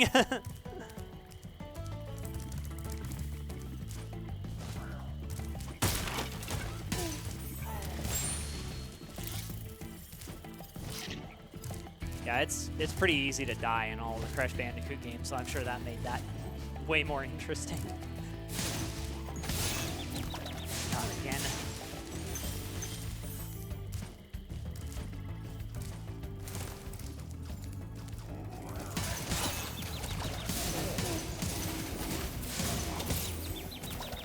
I gotta get out of here. Okay, I'm gonna free this dragon just so I can get a save point. Thanks for releasing me. It seems like I've been trapped in here since I was your age. Oh, no. Why, I remember, Gotta go. Some of the frogs can actually hit you too while you're on the ledges, which is kind of annoying.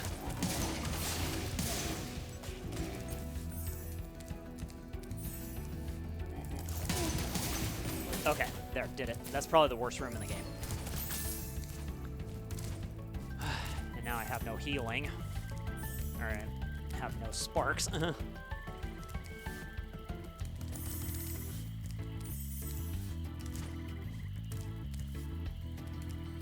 Okay, now we can circle back around.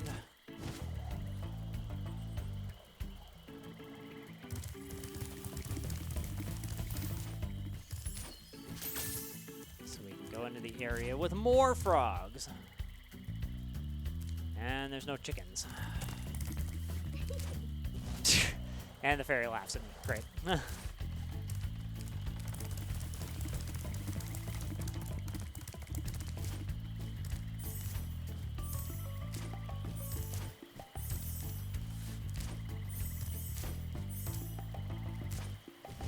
we're going down.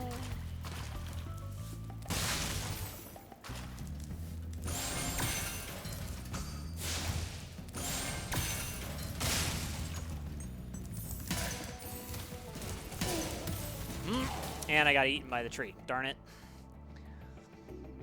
I didn't see him.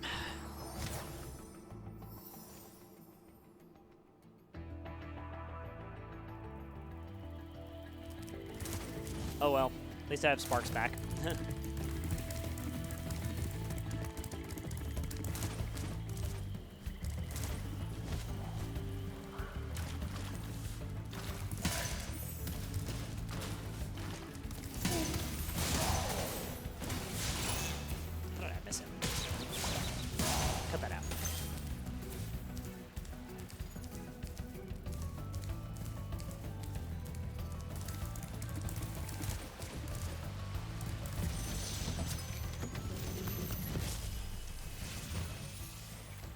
Thank you for releasing me. You are welcome. No more frogs. Ugh. If you actually line up the enemies, the boars that are charging will actually get rid of the enemies in front of you, so you don't necessarily have to, but you got to line yourself up in such a way that they'll run into them.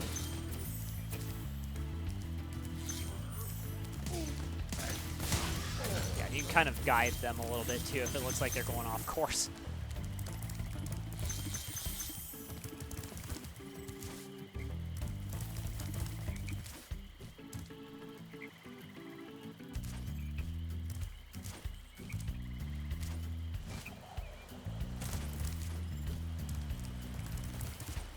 Okay.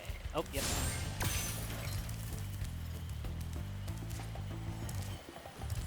So this next dragon, I don't know why, but I thought his commentary was so funny in the original game that I've replayed the dragon over and over and was just laughing at it. I don't know why I thought it was so funny, but anyway. I'll tell you what to do with those creatures. Smash them, Spyro! Stamp them out and squish them and squash them! How about charge them and flame them? We are dragons after all.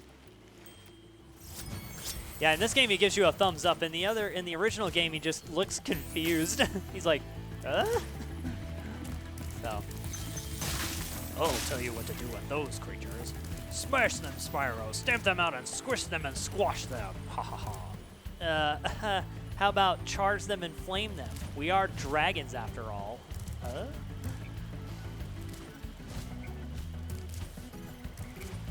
This looks like a staircase. I wonder if there's something over here.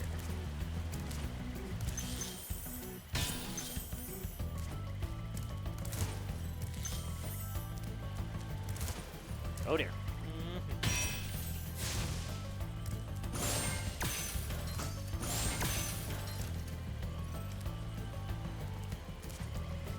Okay, now for a deceptively hard jump. Getting from here to that tree trunk has always been kind of strange. Okay, yeah, and it's still just as close. I was like, did they adjust the height or something to fix that? Because before it's like you could just bounce off of it and not make it. Oh dear. That's bad. That's trouble. Okay, all right, that sounds good, man. Yeah, hopefully, I'll probably be streaming for probably the rest of the day, actually, because since Mississippi Zap and Snaggletooth are on a trip to Denver right now, I'm just trying to stream and play, just trying to like cram it in, I guess, as many games and stuff as I can. So I'll probably be here for a while. So thanks for hanging out for a while, and hopefully we'll see you again here real soon.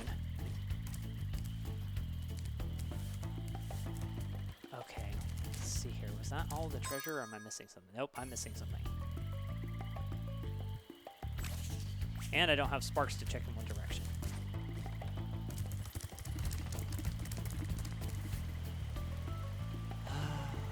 Oh, look, I see some off in the distance.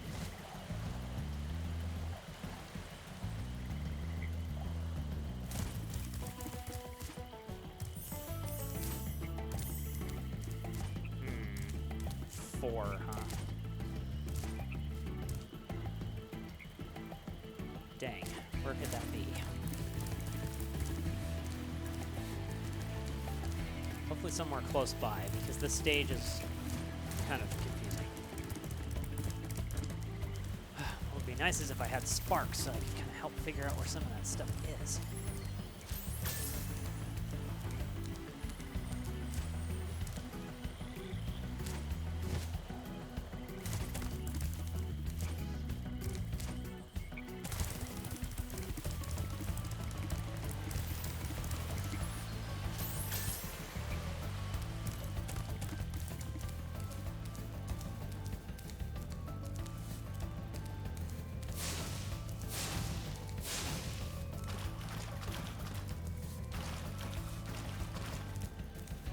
Huh, that's funny that they put some water that Spyro could walk in this version, because water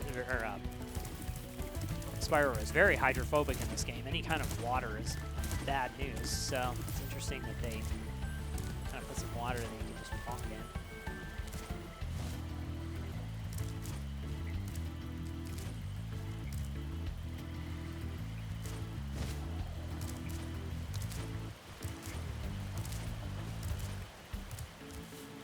Last 4 treasure.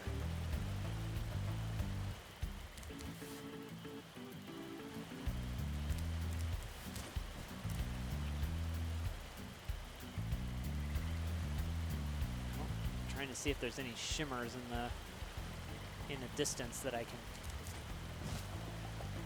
go as a point of reference, but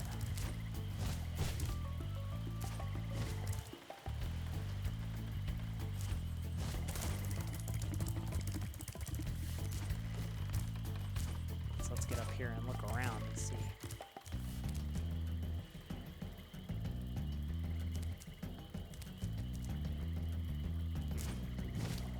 Okay.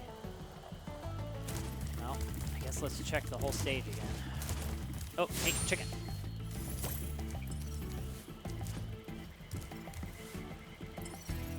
Okay, that way, huh?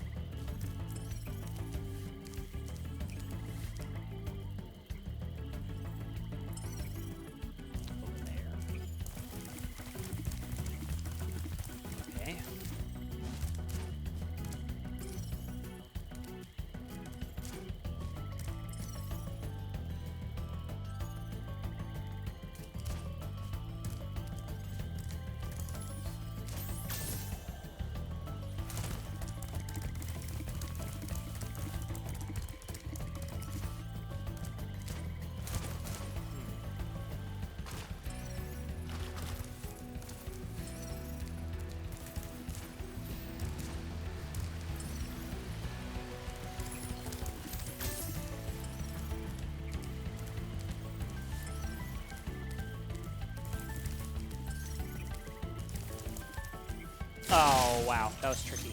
Okay. Well, at least the return home is right here.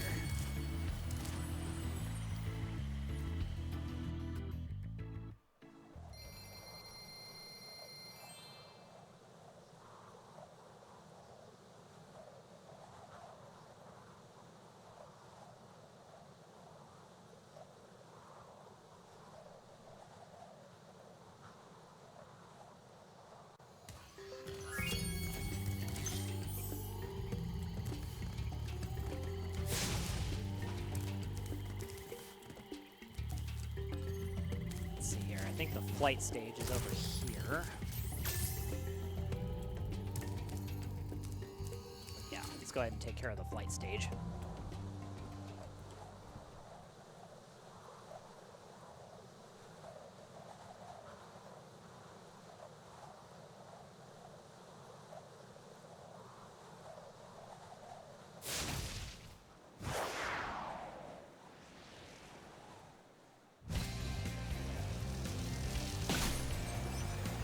this particular flight stage is not necessarily my favorite one.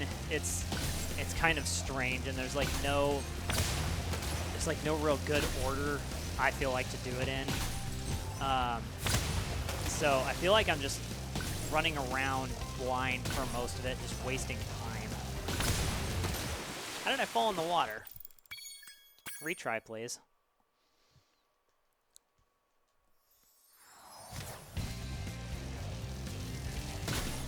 Once again.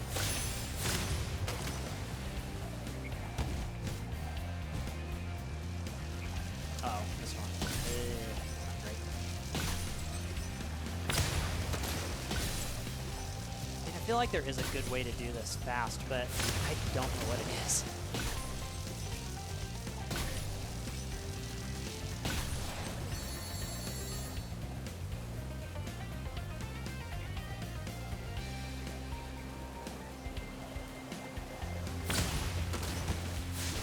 Whoa. I bonked the ceiling. Ooh. Cool water effect, hey. Okay. Somehow managed to do that, even though that was all over the place. Oh, missed that one. Dang it.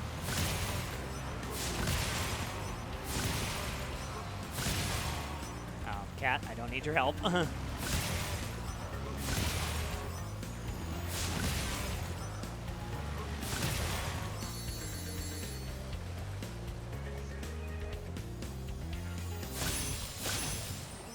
Last one. Hey! Alright, that wasn't terrible. I'm okay with that.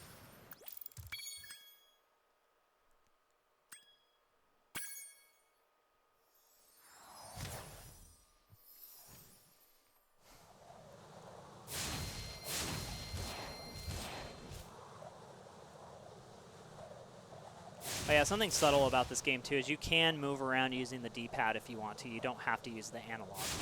I just am used to the analog, at least I guess for most modern games I'm used to the analog. For the classic versions I'll use the D-pad just because it's what I'm used to, but for most modern games I will use the analog, and especially in this version since they give you a specific thumbstick just for the camera, I feel like it's just a little bit easier to use both of the analogs.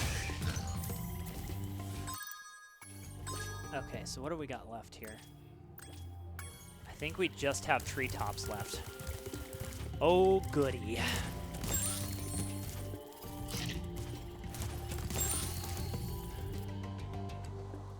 Probably my least favorite stage in the game. Probably.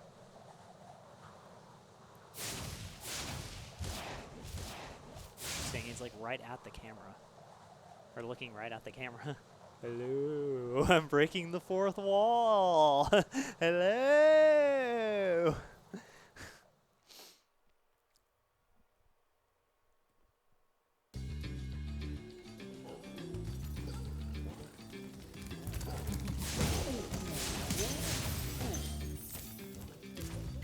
Okay.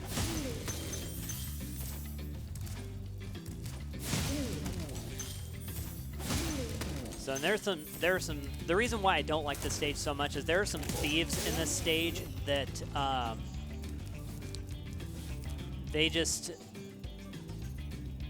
they are in ridiculously hard to reach spots. Those guys are kind of scary. I mean, they were kind of scary in the normal vanilla version, but they're kind of scary here too.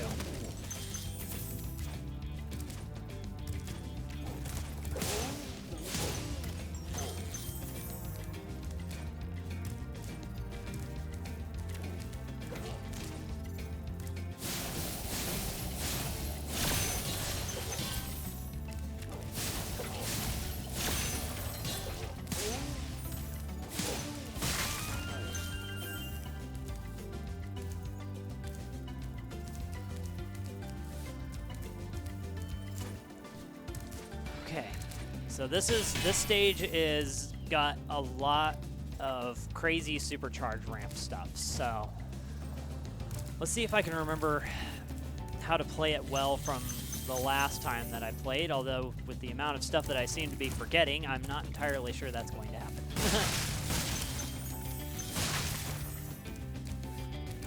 So let's find out.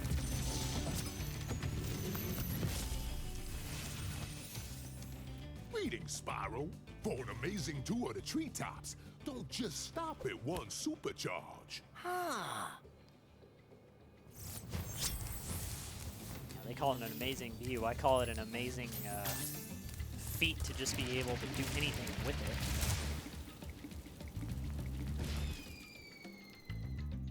it. Especially when you miss the first jump. Dang it.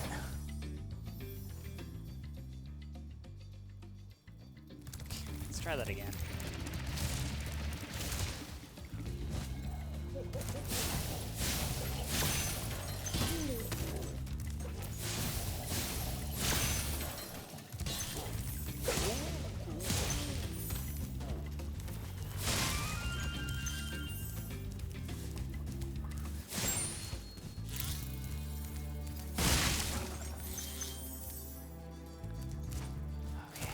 And unfortunately, the way the stage works is you have to do a lot of backtracking.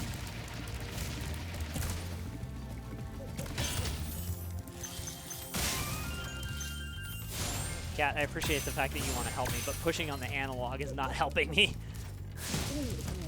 That takes all control and direction away from me. Like, can't move in any other direction. Yeah, I'll deal with you later. I'm not sure you can hit him from up here, though. Can you hit him with this?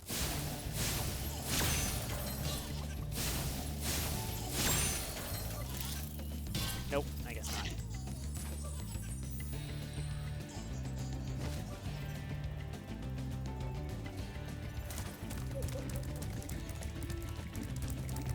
Huh.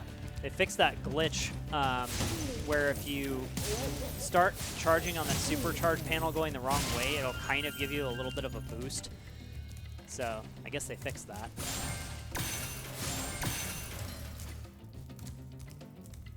Okay, so that's where that ramp goes.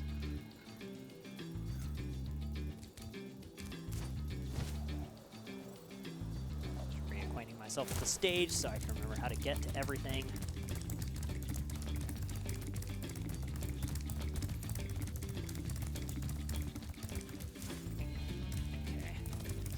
Up that ramp. Jump. Alright, back to the beginning. So let's take the other branching path and go do all of that stuff.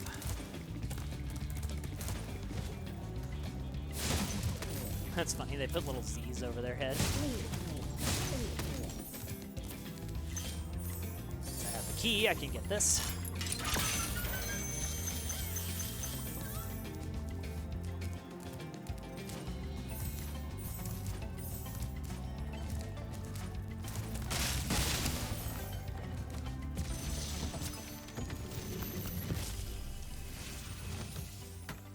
Spyro, if you jump at the end of a supercharge ramp, you can really go far. I'm all over it. Yeah. Okay, well, let's start with the easy stuff.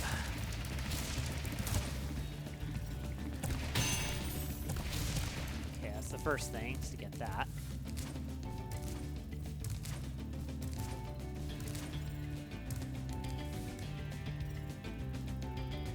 Okay.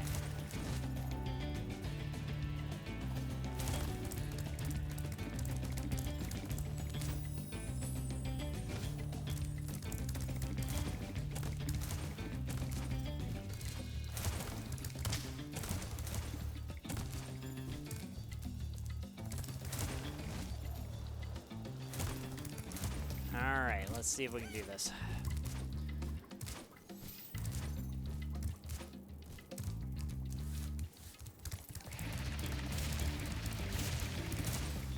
Let's go this way. Ugh, how did I miss that? I was like right on it.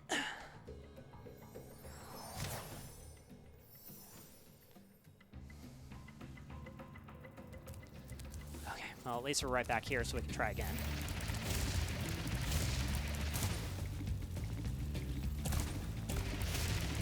Okay.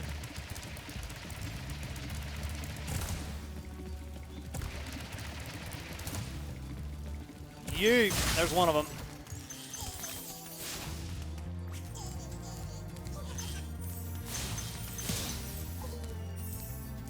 Gotcha.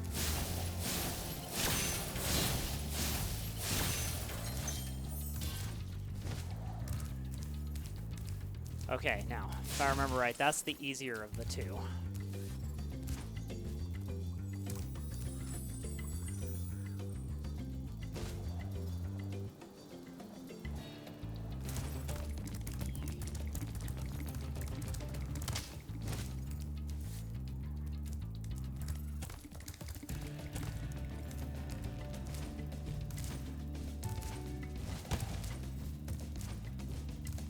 Oops.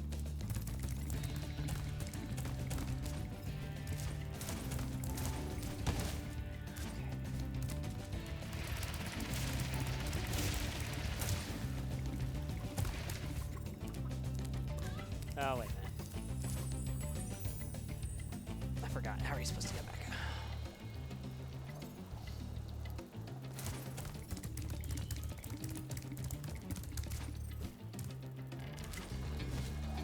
I think we can just go this way.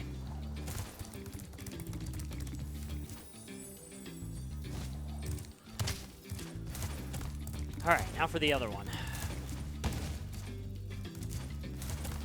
Much more complicated.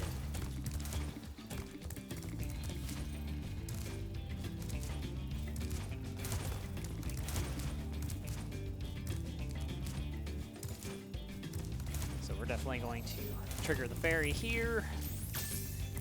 All right.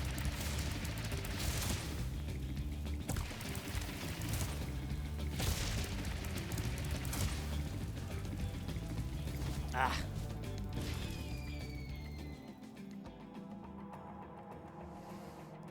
Because one of them is counterintuitive. One of them you have to go backwards up one of the ramps.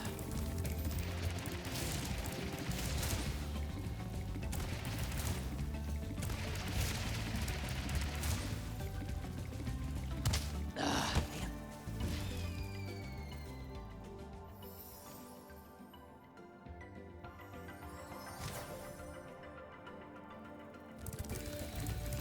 This one was always the hardest for me.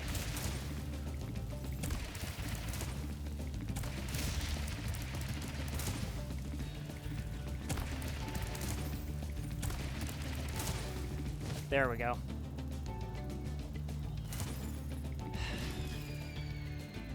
Killed the supercharge too soon. All right, let's try again.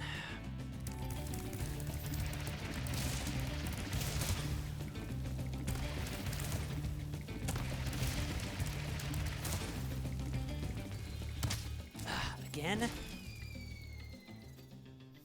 Supercharge feels so funky in this game, and I don't know why.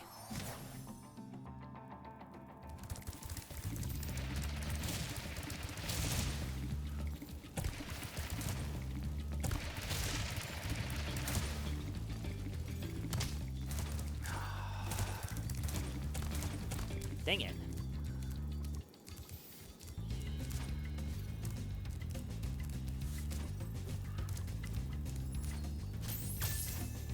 No, I didn't want to trigger that fairy. Dang it. Okay, well, we gotta go back around. Okay. One more time.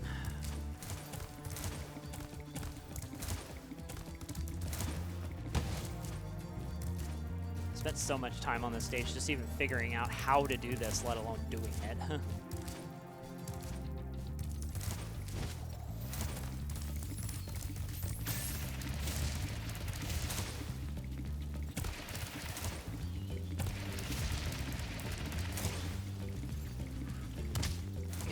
Why does it keep bonking right there?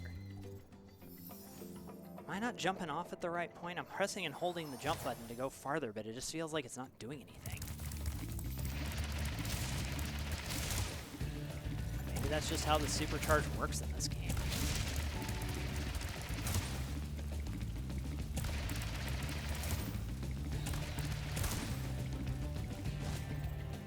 There we go. Okay, nice.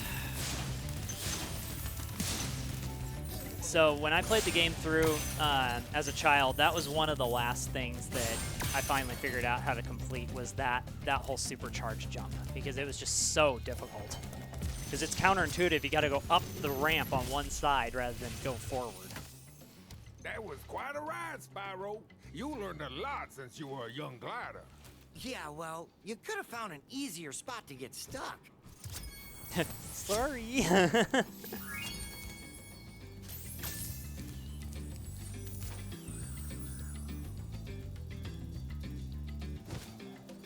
Oh, that's cool. You see the Aurora Borealis. Nice. What a pleasant view for your reward for beating this silly section.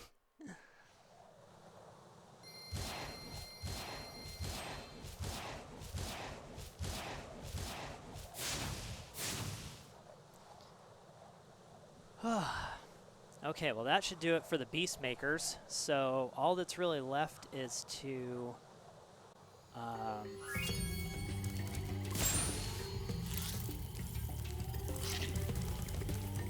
all that's left to do is the Dreamweaver's world and then Nasty's world. Oh, I feel much better now that so many dragons have been rescued. Jump in the balloon, and I'll show you the Dreamweaver's world. Are you ready to go? And I think at this point, too, I'm going to go ahead and refresh the recording. I'm not going to stop the stream because the stream is still fine, but I need to stop the recording temporarily and make sure that my... let's see here. Okay, I've still got plenty of disk space, so... I guess I don't really need to... Well, you know what I'll do? I'll stop the recording here and refresh it, and then we'll keep going. So, because I just think it'd be better to kind of break it up into a couple of parts. So, because the video is getting pretty large at this point, so I'll go ahead and stop it and start a new one.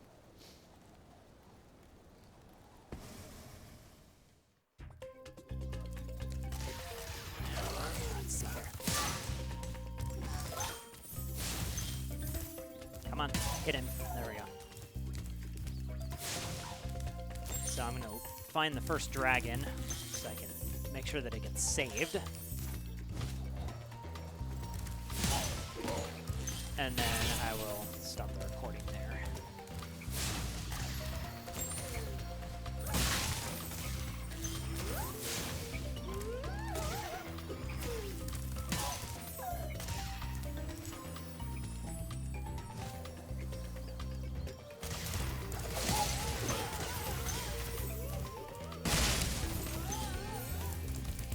First dragon is over in this area next to Lofty Castle.